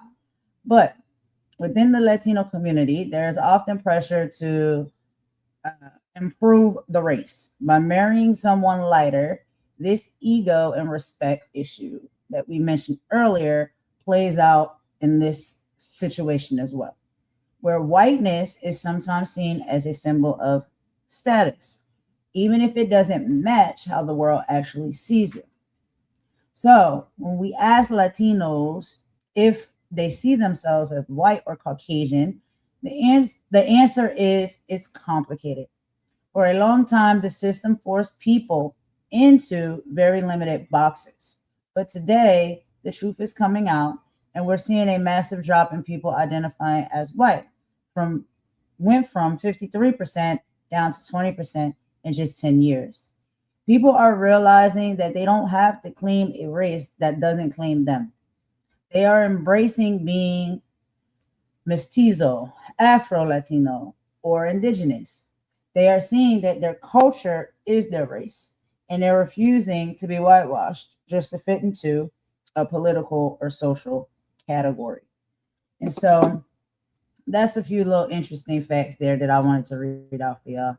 But I am going to go ahead and finish up this live. Let's see how much longer we got here. Reese is almost done, so I'm gonna let him just go ahead and finish out. And then we'll end with a bop, and I'll be done with this live for today. Until tomorrow, I'll have another one. But let him cook. We're gonna let him finish, and I'll be in the chat.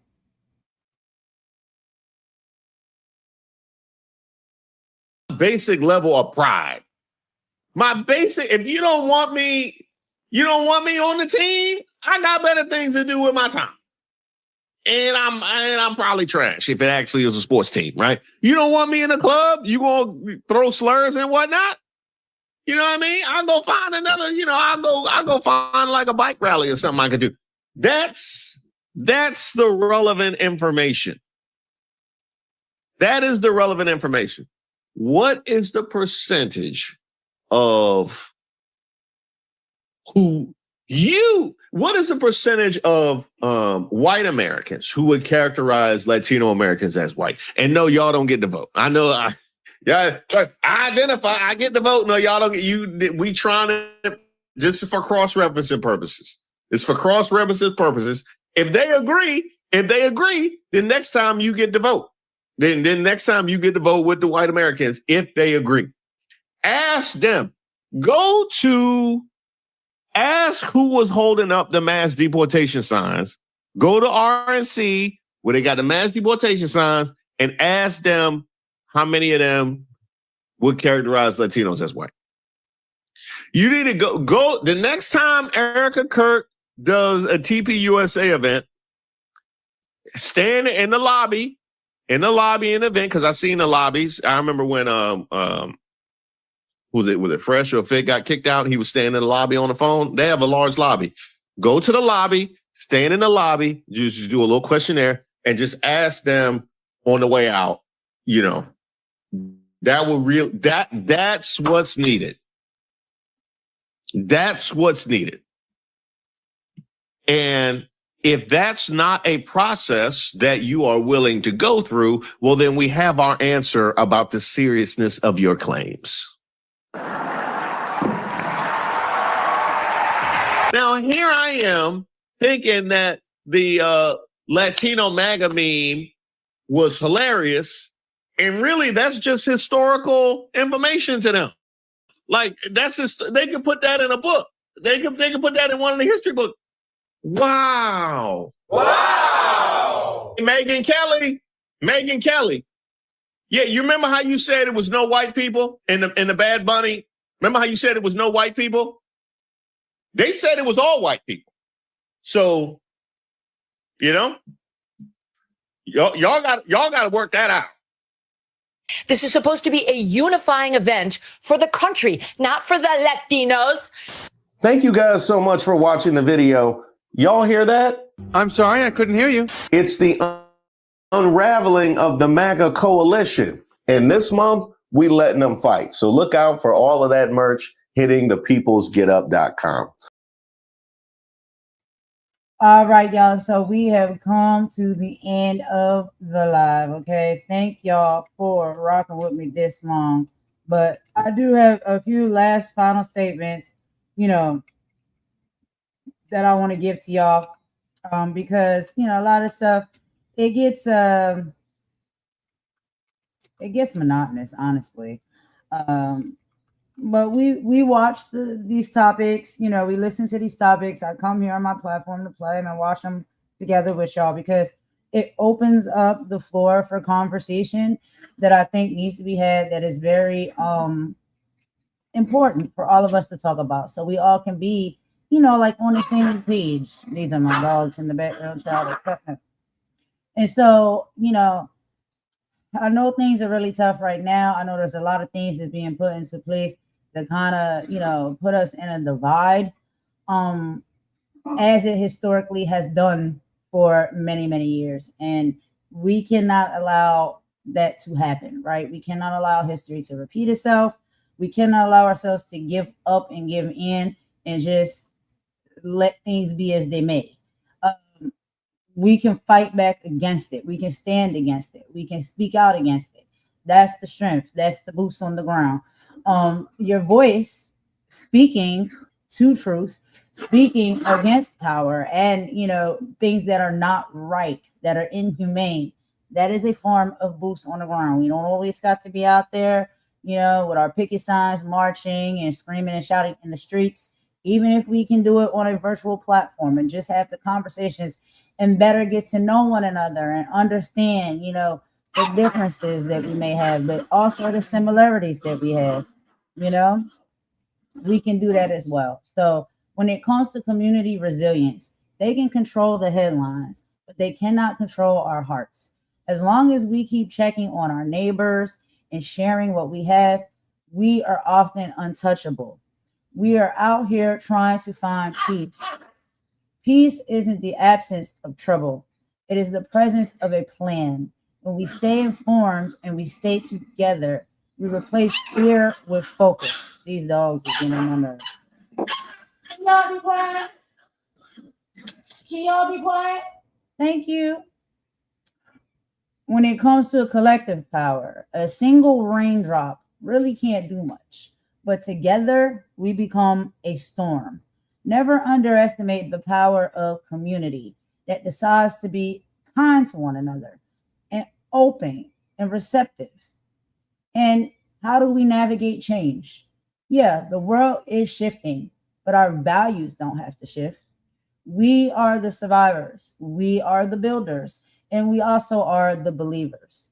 We've been through the fire before, and we have always come out refined. And when it comes to global humanity, there may be borders that may divide us on a map, but our humanity unites us in our souls. A mother's love for her child is the same in Fayetteville, North Carolina, where I live, as the same in Tehran, or Iran, or Iraq, or Palestine. That is the thread that will eventually pull this world back together. So before we sign off, I want us all to take a deep breath. The news is heavy, the economy is tight, and the rhetoric is loud. But guess what? We're still here. You are the light in your family. You are the rock in your community. So I challenge y'all to do one small thing. Reach out to someone who might be struggling. Maybe just send a text or make a phone call just to tell that person that you're thinking of them. Let's prove that empathy is louder than outrage. May your week be filled with unexpected wins. May your heart stay open, and may your spirit remain unbroken. We aren't just surviving. We are learning how to thrive together. So let's stay safe. Let's stay kind. Let's stay woke to the truth. And I will see y'all next time. I'm going to go ahead and end with about per usual. And I will talk to y'all on the next live. Thank you so much for all your support and listening in. Golden out. Bye.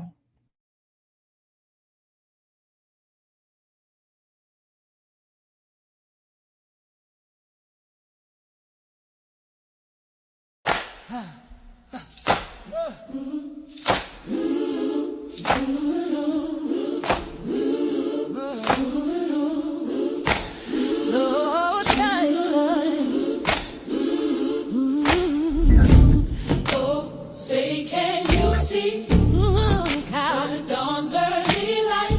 It's a new day, but so proudly we hailed at the twilight's last gleaming. Hold your head high, whose broad stripes and bright stars through the fire, through the perilous height, we're still standing. For the ramparts we watch, we're so gallantly streaming, and the rocket's red glare. The bombs bursting in there. We won't back down. They proof through the night that our flag was still there. Oh, it's still there. Oh, say, does that star-spangled banner yet wave?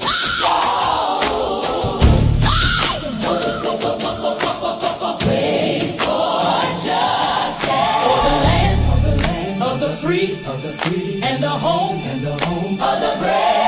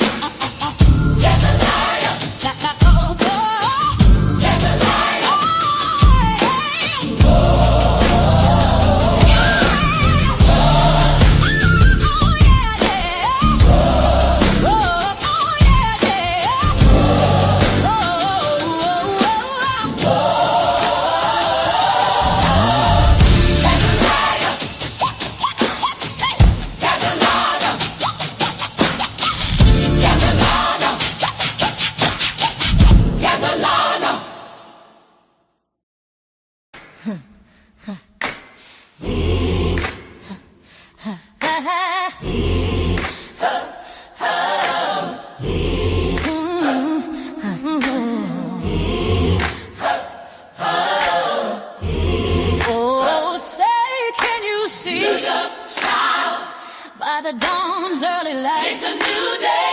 What so proudly we hail at the twilight's last gleaming. Hold your head. Whose broad stripes and bright stars through the perilous fight. Through the perilous fight. All the ramparts we watched were so gallantly streaming. And the rockets' red glare, let it shine. The bombs bursting in air. We won't back down. Gave proof through the night that our flag was still there. Oh, it's still there. Oh, say does that star-spangled banner yet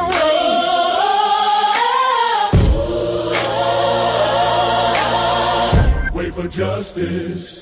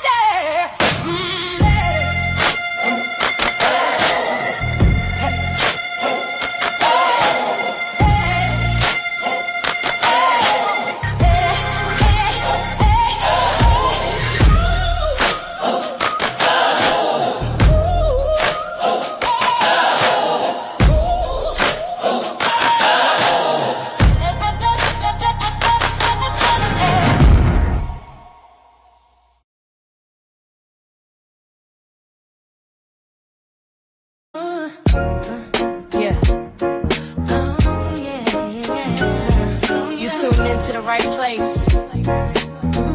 Welcome to the rain.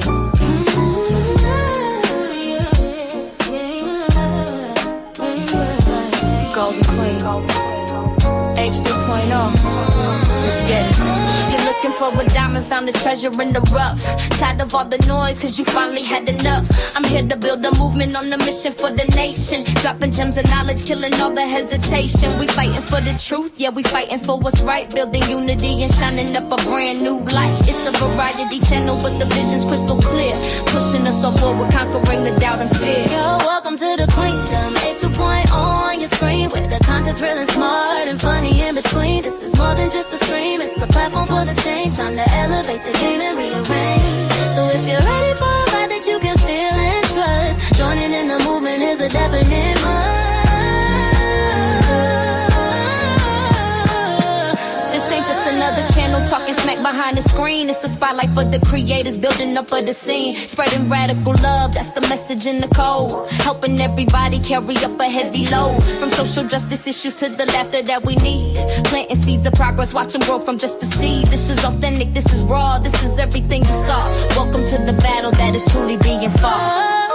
Oh, so come with your respect and see the real effect. Cause I protect my own right here on the throne. Don't make me unleash the dragon. You've been warned.